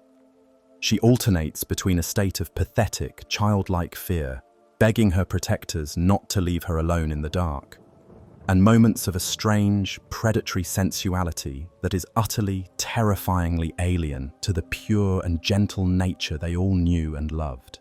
Van Helsing, with his vast knowledge of obscure and terrible things, recognizes these as the terrifying, classic symptoms of a soul in the final, agonizing stages of vampiric corruption. The gradual, horrifying, metamorphic transformation from victim to predator. The final, decisive assault on Lucy's besieged fortress comes with an unexpected, brutal, and brilliantly orchestrated flanking maneuver. One evening, as Dr. Seward is keeping his nightly vigil at his asylum, reviewing his notes on the increasingly agitated Renfield, he is alerted by a frantic attendant. A wolf, a large, dark beast known as Berserker, has escaped from the nearby zoological gardens and is now roaming the asylum grounds, its terrifying howling unsettling the entire population of patients. Seward, his professional duty as asylum administrator taking precedence, is immediately drawn into this immediate, tangible crisis. He is distracted, delayed in his nightly visit to Lucy's bedside for a crucial, fatal period of time. It is during this small window of opportunity that the Count, the unseen puppet master, makes his final direct move. The escaped wolf, whose escape was, of course, no accident but a direct result of the Count's hypnotic telepathic command over the lower beasts, does not attack any person. It has a single, specific purpose. It races through the night and hurls itself with the tremendous suicidal force of a battering ram against the large plate glass window of Lucy's bedroom. The window shatters inwards with a deafening crash, spraying the room with a deadly shower of razor-sharp glass shards. The shock of the sudden, violent noise, the terrifying sight of the snarling wolf's head framed in the broken window, is too much for Mrs. Westenra's desperately weak heart. She clutches her chest, her eyes wide with a final, uncomprehending terror, gives a single, strangled cry, and collapses onto the floor, dying instantly of cardiac arrest. In her death throes, her falling body collides with the bedside table, knocking the carefully placed garlic wreath into the fireplace, where it is immediately consumed by the glowing embers. At the very same moment, the two terrified housemaids, hearing the deafening crash and the blood-curdling howling of the wolf, give in to a state of blind animal panic. They scream and flee from the house into the night, abandoning their posts. In a matter of seconds, Lucy is left utterly alone, in a state of profound shock, with the corpse of her mother lying on the floor beside her bed, and with the window, her last line of defense, a gaping, open wound. The fortress has not just been breached, it has been utterly, strategically, and irreversibly annihilated from within.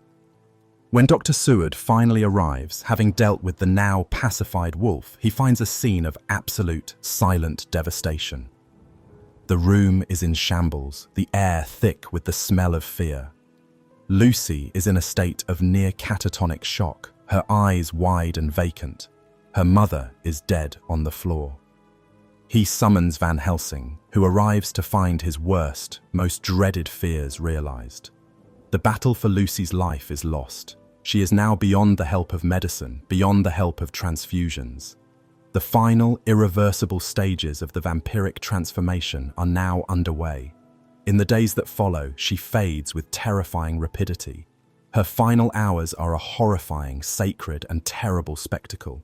She lies on her deathbed, her physical beauty taking on a strange, unearthly, almost phosphorescent quality. Her breathing becomes a harsh, stertorous, rattling sound that fills the silent room. Arthur, Quincy, Seward, and Van Helsing gather at her bedside for the final, solemn vigil.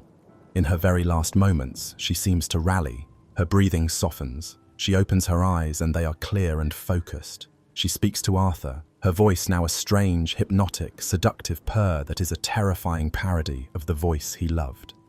She beckons him closer, asking him to give her a final kiss.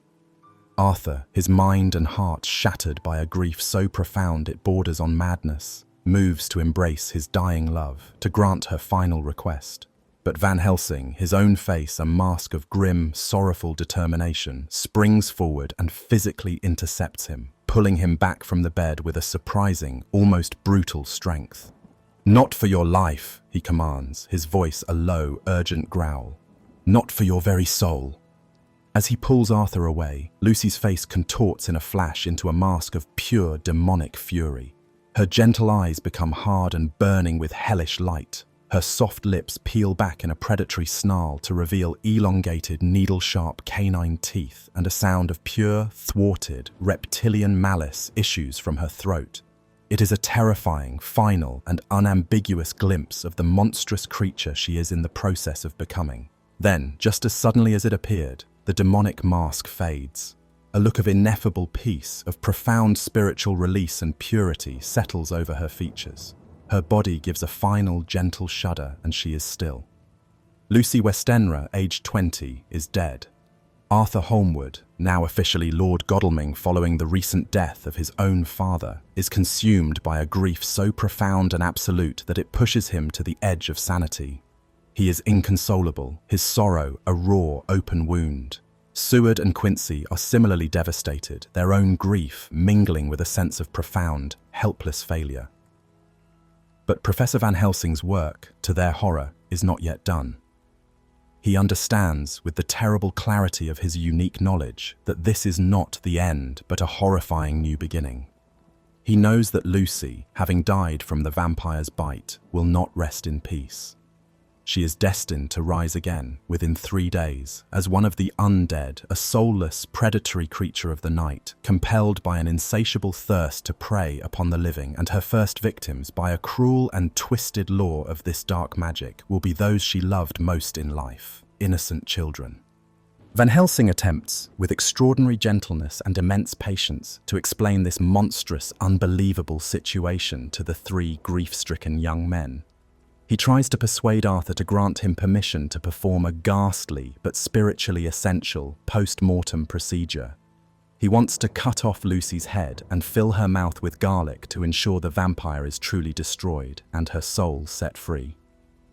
Arthur, already maddened by grief, is horrified and scandalized by what he perceives as a monstrous, barbaric desecration of the sacred body of the woman he loves.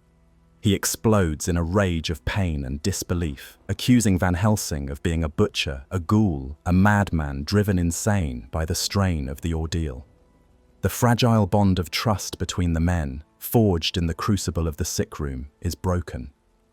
Van Helsing, his own heart heavy with sorrow, relents. He knows that he cannot and will not proceed without the consent of the one who loved her most. He decides with grim reluctance that the only way to convince them, the only way to heal this rift and unite them for the greater war to come, is to provide them with irrefutable, empirical, soul-shattering proof, no matter how horrifying that proof may be. He asks only that they trust him enough to meet him in a few days' time, to keep watch with him. The Chronicle's narrative now shifts its form again, incorporating a series of newspaper clippings from local Hampstead papers. Articles that have been collected and collated by Mina Harker, who has since returned to England with her new husband, Jonathan. Jonathan is physically recovered from his brain fever, but his mind remains a landscape of deep psychic scars. He suffers from bouts of profound depression and aphasia, unable to speak of his experiences in Transylvania, which his rational mind has convinced him must have been a vivid, stress-induced delusion. The newspaper articles, under headlines like "The Hampstead Mystery," report a series of strange and disturbing local incidents. Several young children who have been out playing on the grassy expanses of Hampstead Heath after dark have been returning home, pale and frightened, with 2 small, mysterious wounds on their necks. They speak in hushed, terrified tones of a beautiful, mysterious lady dressed in white, a bloofer lady, a child's innocent mispronunciation of beautiful lady, who lures them away from their friends with promises of sweets and kisses. The reports are treated by the press and the police as a local curiosity, a case of minor, unexplained injuries and a curious instance of collective childish fantasy. But Van Helsing reads these reports with a cold, sinking, and absolute certainty. He knows who the bloofer lady is. Lucy's terrible, unholy resurrection has begun. Armed with this grim, public evidence, Van Helsing reconvenes the fractured group. He takes Dr. Seward with him first, as the man of science will be the hardest and most crucial to convince. They travel to the sprawling Highgate Cemetery, where Lucy has been interred in a grand stone mausoleum befitting her family's station. Under the cloak of darkness, they approach the tomb. Van Helsing produces a curious and specific set of tools, a screwdriver, a lantern, and from a small silver box, a small, white, unconsecrated host, a piece of communion wafer provided to him by a Catholic colleague. He demonstrates its holy power by placing a tiny crumb of the wafer on the leaded seam of the tomb's heavy door. There is a distinct sizzle, like water on a hot plate, and a tiny puff of acrid smoke. When he removes it, a livid, angry red scar is burned into the very stone and lead.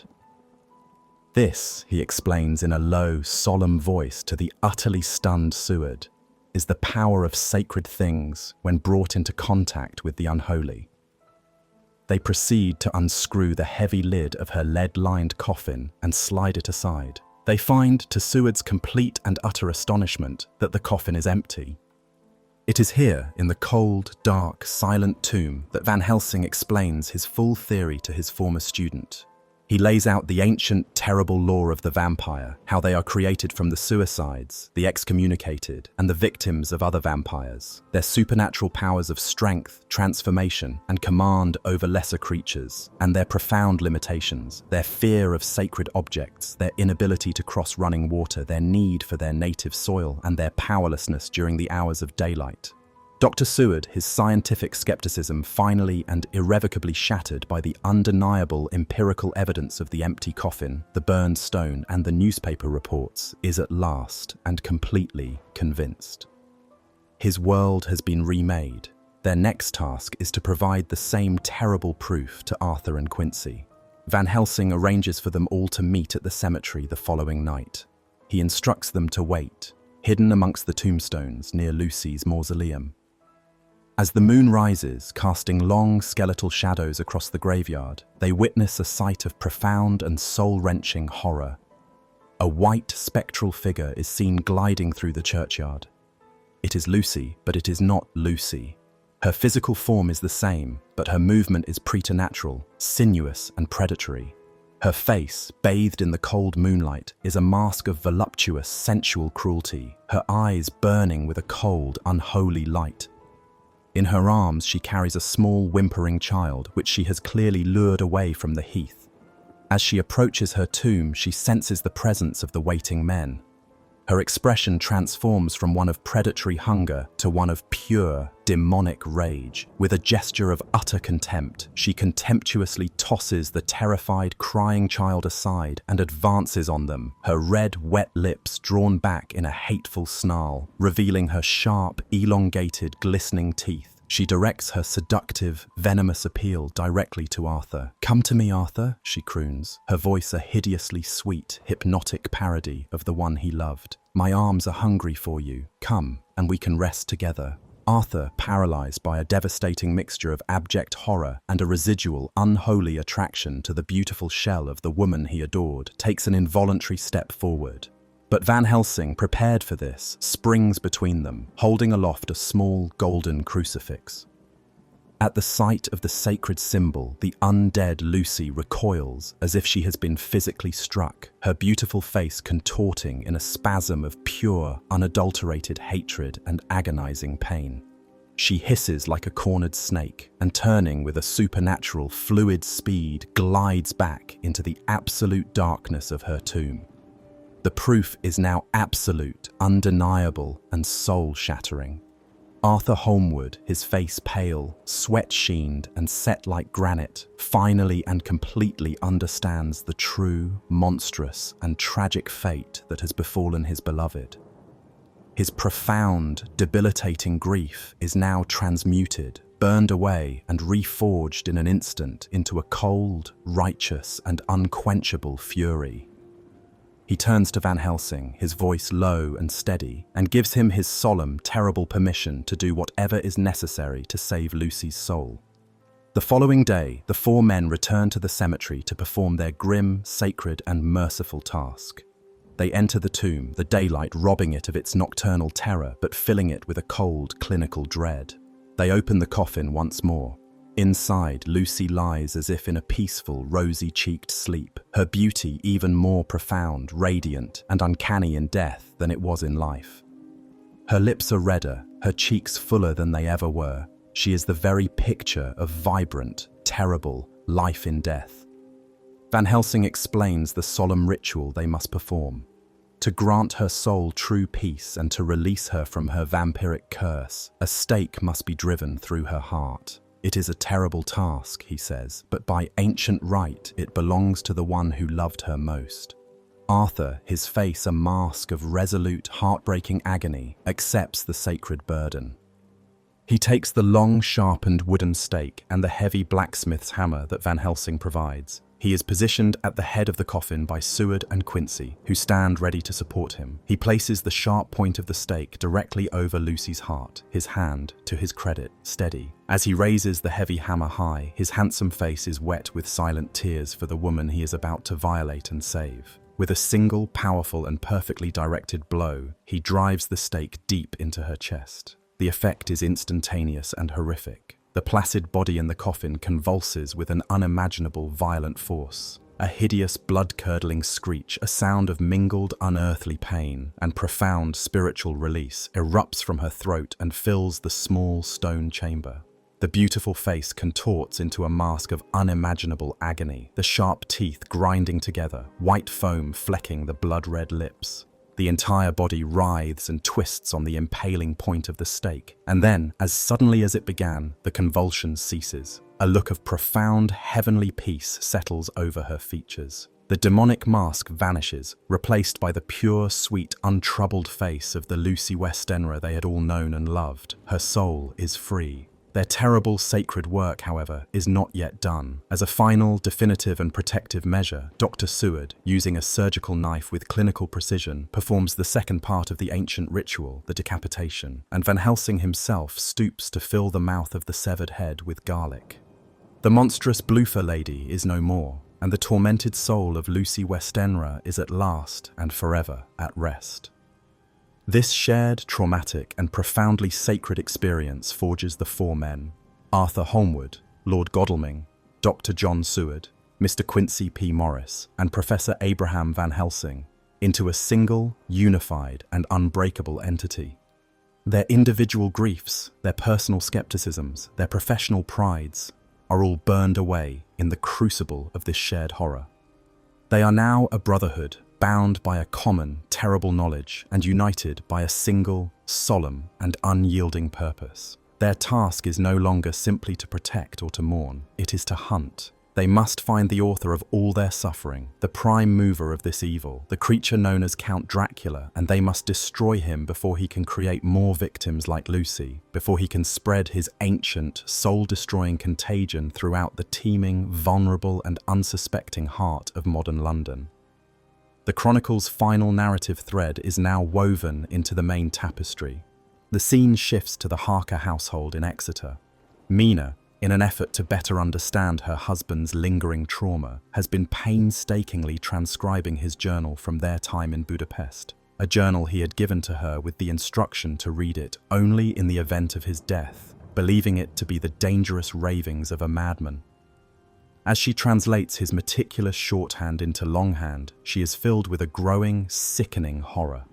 The name of the client, Count Dracula, the description of his terrifying appearance, the 50 boxes of earth destined for Carfax.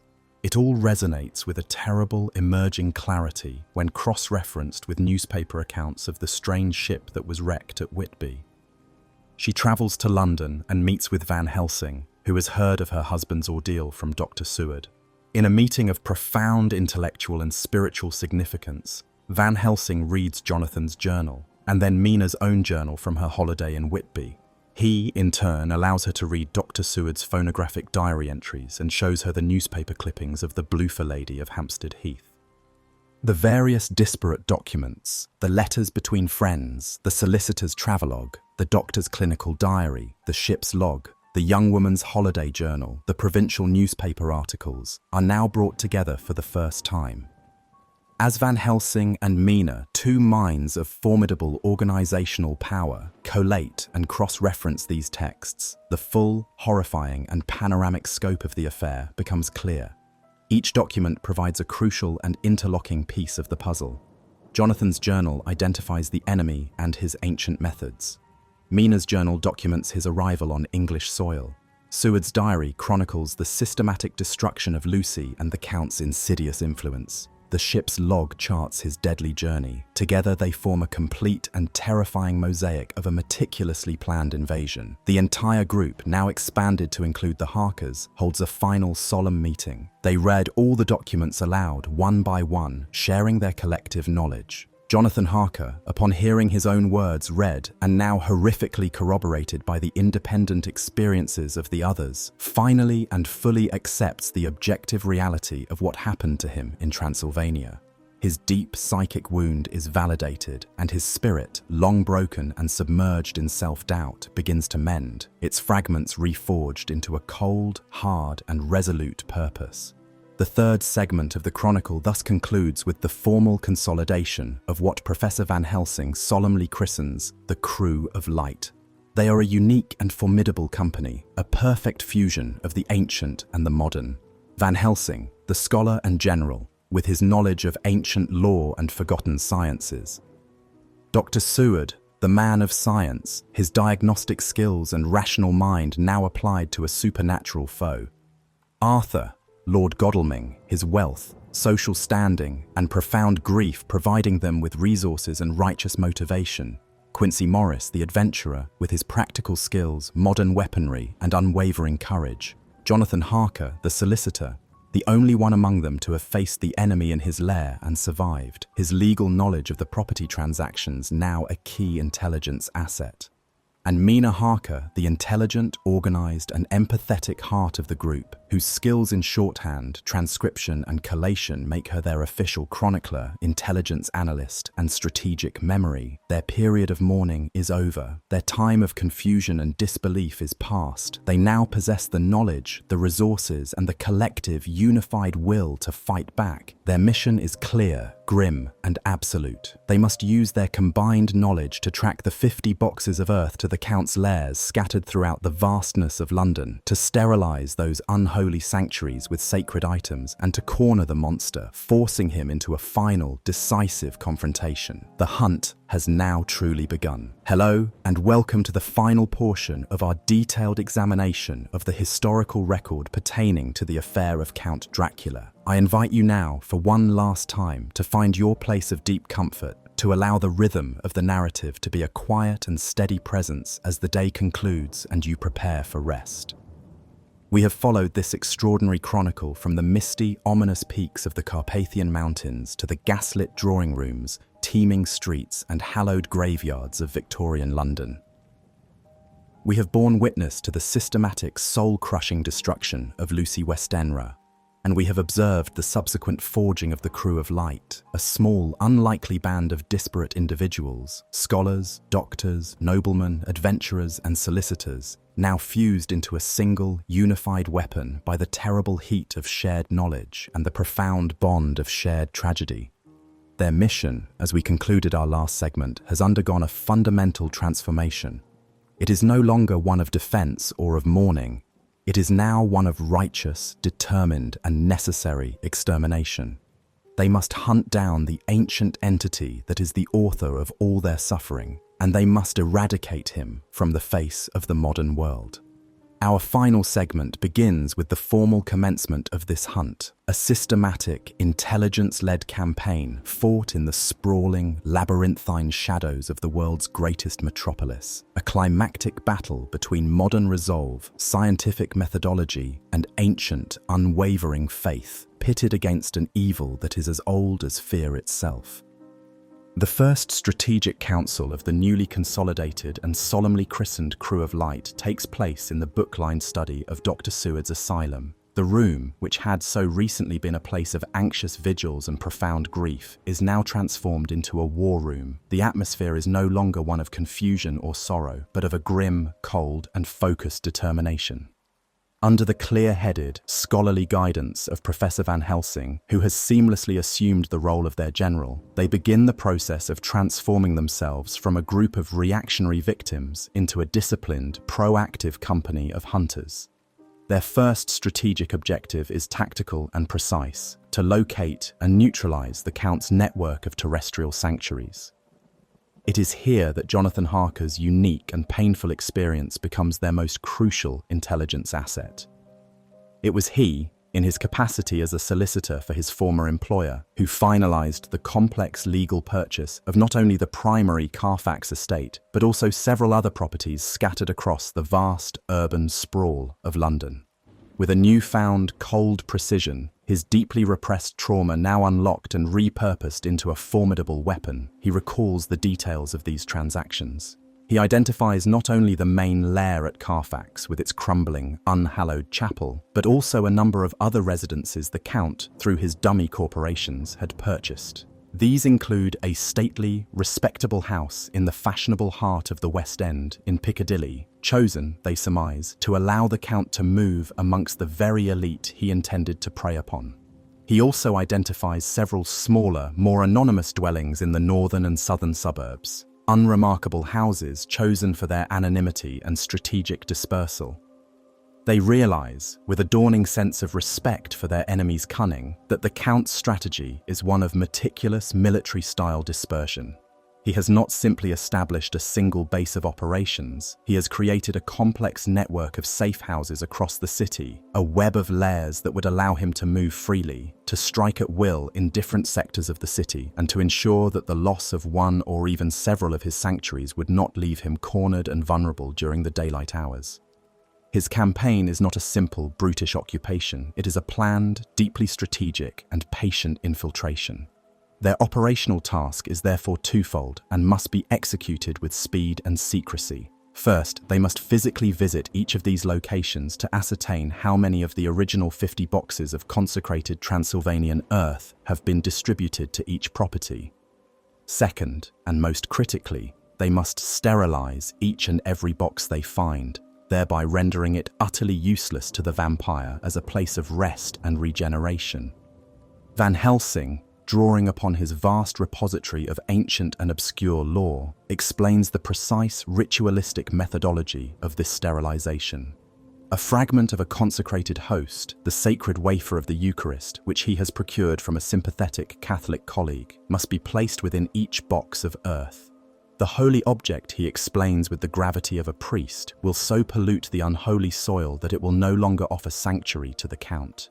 The earth, his very homeland, will be transformed into a prison for him, a cage of burning, unbearable purity from which he would be forced to flee in agony. It is a subtle, yet profound form of spiritual warfare, using the sacramental weapons of their collective Christian faith against the ancient, unnameable sacrilege that the Count embodies.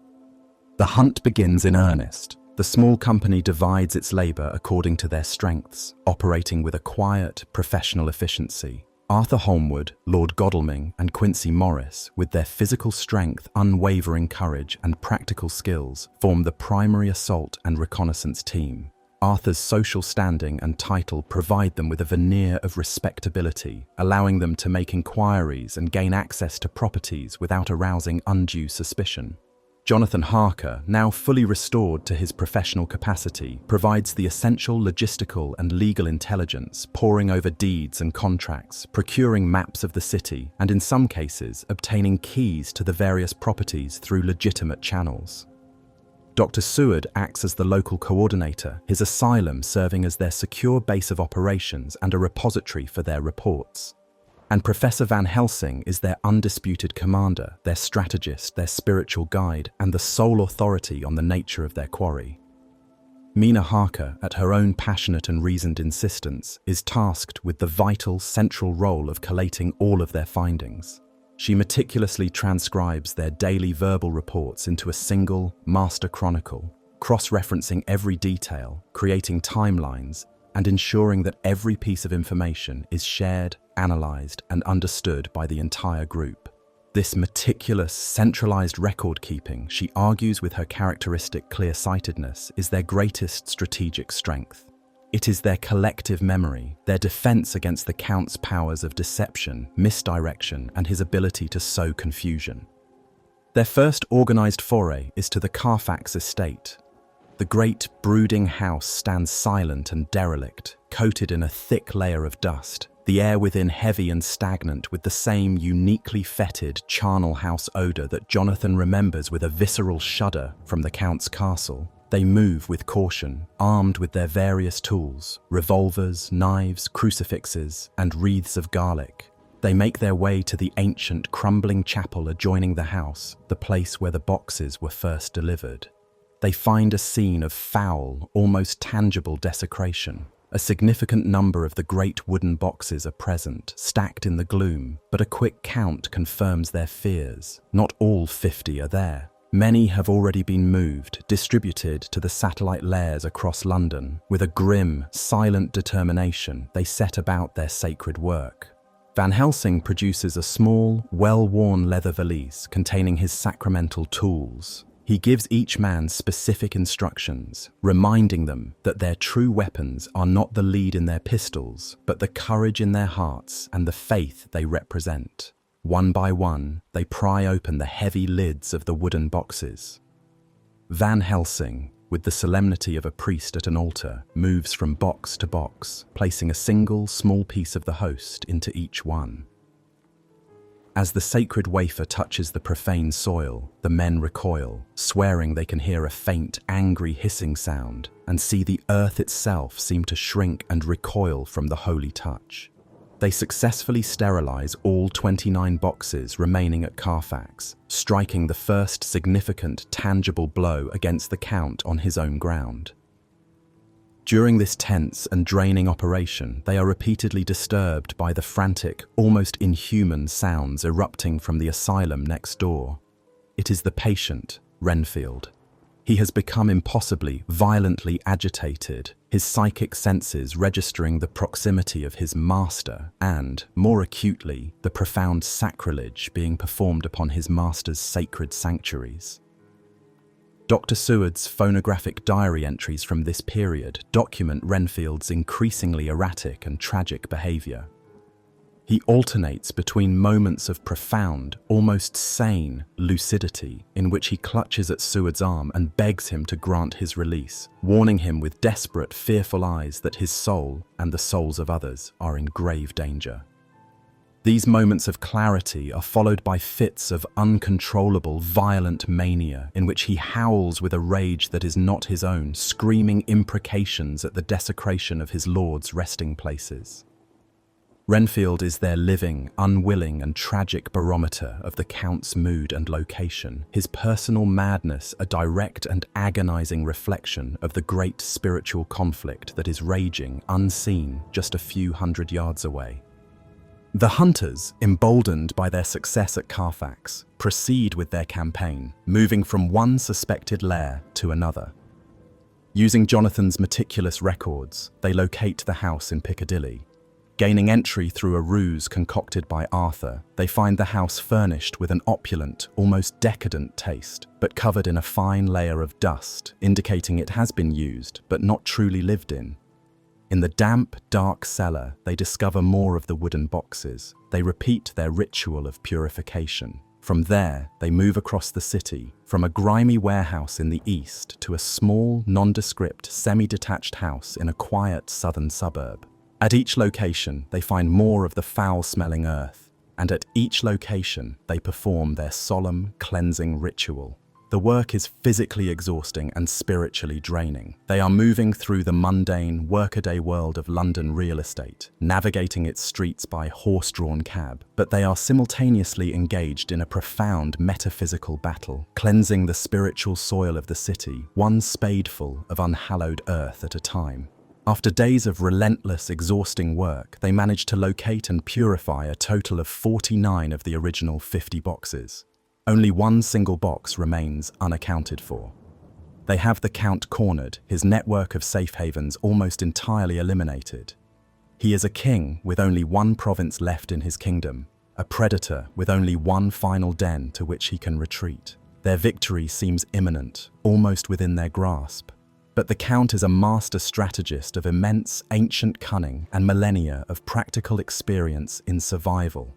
As the crew of Light relentlessly presses their methodical modern attack, he is not idle, he is not a passive victim. He recognizes, with the cold clarity of a predator, that the source of their coordinated, inexplicable strength, the central hub of their intelligence and their unity, is Mina Harker. It is her mind that collates the data, it is her spirit that animates their resolve. And so, while the men, the soldiers of the crew, are away on their hunt, he decides to launch a devastating, strategic counterattack. An attack aimed not at the sword arm of the group, but at its heart, its brain, its soul. He strikes at the very center of their operation, at their most vulnerable point, in their most secure location. The events of this terrifying, pivotal night are pieced together later from several frantic, overlapping accounts. Dr. Seward is summoned late in the evening from his study to the ward containing his most difficult patient. Renfield, he is told, has had a sudden, catastrophic relapse. Seward finds him on the floor of his cell, his body broken, his skull fractured. Renfield, it seems, in a final heroic moment of profound, almost sane lucidity, had recognized his master's approach. His deep, almost reverential respect for Mina, whom he has come to see as a visiting angel of light and kindness, had overcome his slavish devotion to the Count. He had attempted to bar the Count's entry into the asylum, resolving to fight his Dark Lord to protect her. The confrontation was as brief as it was brutal. Renfield, despite his maniacal strength, was no match for the ancient preternatural power of the vampire. The Count, enraged by this ultimate betrayal from his chosen disciple, had dashed him to the stone floor, inflicting catastrophic, fatal injuries. As Renfield lies dying in Seward's arms, he manages to gasp out a final, desperate warning. "He is with her! The Master is with her! Too late!" Seward, Van Helsing, and the others who have just returned, weary but triumphant from a long day of their grim work, hear these dying words and understand their implication with a jolt of absolute, sickening terror. They have, in their focus on the external battle, neglected the internal defense. They have left Mina, whom they believed to be perfectly safe within the secure walls of the asylum, their base of operations, alone and vulnerable. They rush to the suite of rooms they have assigned to the Harkers. The door is locked from the inside. Without hesitation, Arthur and Quincy put their shoulders to it, breaking it from its hinges. They burst into the room and are confronted with a scene of supreme, tableau-like, allegorical horror. The room is dark and unnaturally cold. Jonathan Harker lies on the floor near the bed, not dead, but in a deep, unnatural, trance-like sleep, his face pale and slack. And in the center of the room, illuminated by a single shaft of moonlight from the window, is Mina. She is on her knees, her white nightdress a stark contrast to the gloom. Before her stands a tall, dark, shadowy figure. It is the Count. He is holding both of her wrists in one of his hands, his grip like a steel vice, immobilizing her. With the long, sharp fingernail of his other hand, he has deliberately sliced open a vein in his own chest. He is holding Mina's head with a terrible, paternal tenderness, forcing her mouth to the wound, compelling her to drink the dark, thick blood that flows from it. Her white nightdress is stained with his blood, and with the blood from a gash on her own forehead where he has struck her. The Count, hearing the men burst into the room, turns to face them. His eyes are blazing with red, demonic fire. A look of triumphant, hellish, and utter mockery is upon his face. He has not merely fed upon her, as he did with Lucy. He has performed a hideous, deliberate parody of the Christian communion, a satanic baptism in blood. He has forced her to drink of his own unholy lifeblood, thereby forging a terrible, permanent psychic bond between them. Van Helsing and the others, recovering from their initial shock, react with a unified, instinctual fury. They advance as one, holding their crucifixes aloft like swords. The Count, ancient and powerful as he is, cannot withstand the combined force of so many sacred symbols, wielded with such righteous, unified intent. He releases Mina, who collapses to the floor in a heap, and with a final, contemptuous sneer, he seems to dematerialize, transforming into a cloud of dark, swirling vapor that streams with impossible speed out of the open window and disappears into the night. The men rush to Mina's side. She's in a state of profound shock and spiritual violation, her cries a sound of pure, soul-deep defilement. As Van Helsing, in a gesture of comfort and blessing, touches her forehead with the sacred wafer, the holy object burns her pure skin as if it were a red-hot iron from a forge. A livid, angry red scar appears upon her brow, the flesh sizzling and smoking.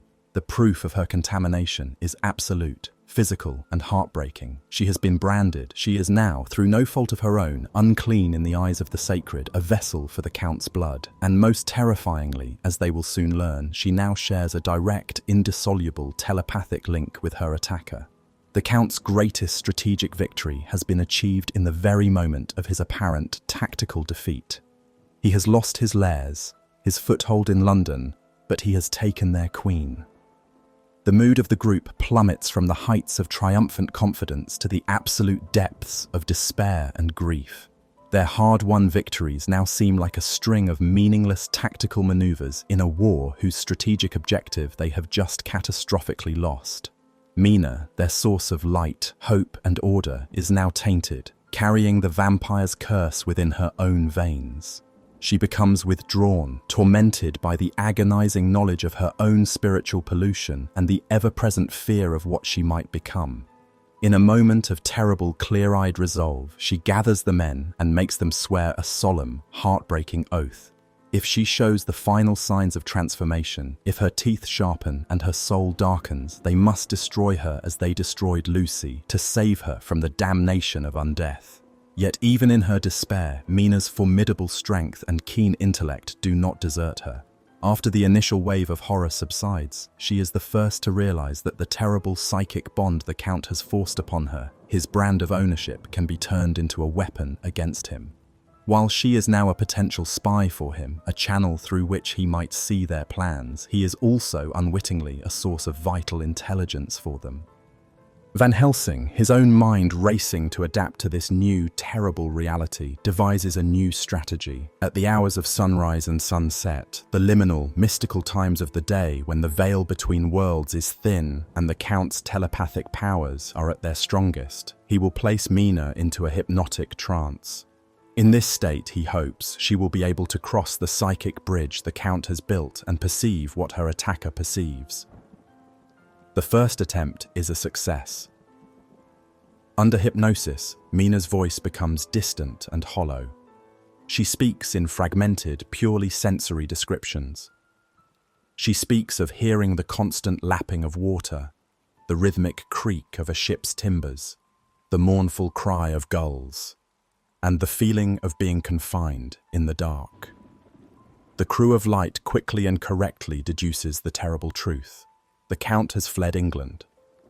With only one remaining box of earth, his final, mobile sanctuary, he has boarded a ship and is sailing from London, retreating back across the sea to the relative safety of his impregnable castle in Transylvania.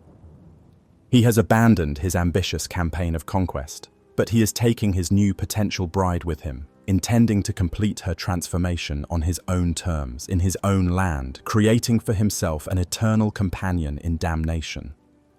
The hunt is now transformed into a desperate international chase, a race against time and tide.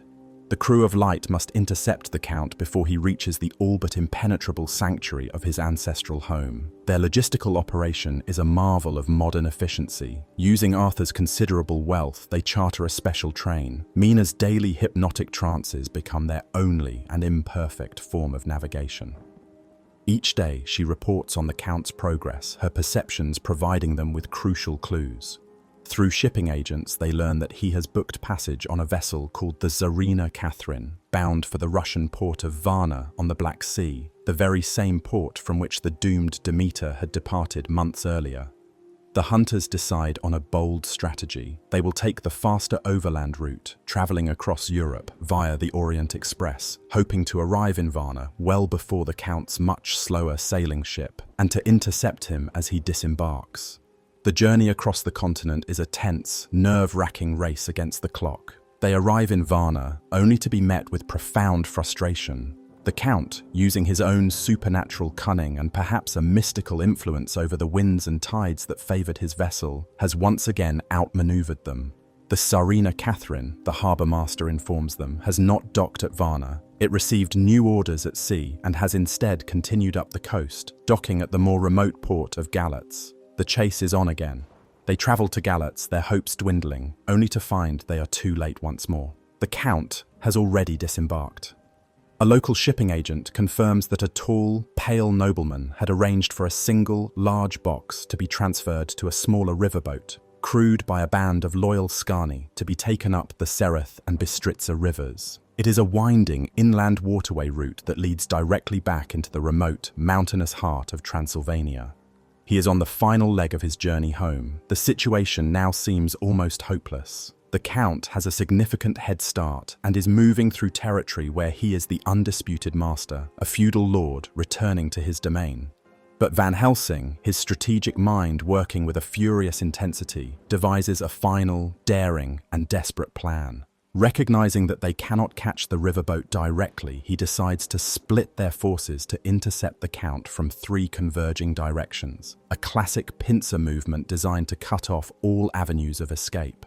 Van Helsing and Mina, he decides, will travel directly to the region of the castle by rail and carriage. Their mission is twofold: to confront whatever residual evil remains at the castle and to purify the Count's tomb itself, cutting off his ultimate sanctuary and place of power. Jonathan Harker and Arthur Holmwood will charter a small, powerful steamboat and race up the river, hoping to overtake and board the Count's slower boat directly. Dr. Seward and Quincy Morris, both experienced horsemen, will ride relentlessly along the riverbank, armed and ready to attack from the land should the boat be forced to shore. It is a complex, desperate gamble, a plan that relies on precise timing, flawless execution, and no small amount of luck. The final chase is a grueling, punishing ordeal for all involved. Harker and Arthur battle the swift, unpredictable currents of the river, their small steamboat straining against the flow. Seward and Quincy ride their horses to the point of exhaustion, navigating the harsh, rugged, snow-dusted landscape of the Carpathian foothills. Meanwhile, Van Helsing and Mina arrive at the Borgo Pass. The landscape is bleak, wild, and covered in a fresh layer of snow. As they approach the looming, dark silhouette of the castle, the three vampire women, the beautiful, predatory sisters whom Jonathan encountered in his initial ordeal, emerge from the swirling snow mist. They are more ethereal and more terrifying than ever. They call out to Mina, their voices like honeyed poison, beckoning her to leave the old man, to join them, to embrace her true destiny as their sister of the night. The terrible brand on Mina's forehead burns with an agonizing fire, and she feels a powerful, seductive, narcotic pull towards them, a longing for the peace of undeath. But Van Helsing, a figure of unwavering patriarchal authority and faith, stands firm. He draws a wide circle in the snow around the now sleeping Mina and, using a piece of the sacred host, he creates a holy, impenetrable barrier that the undead women, in all their supernatural power, cannot cross.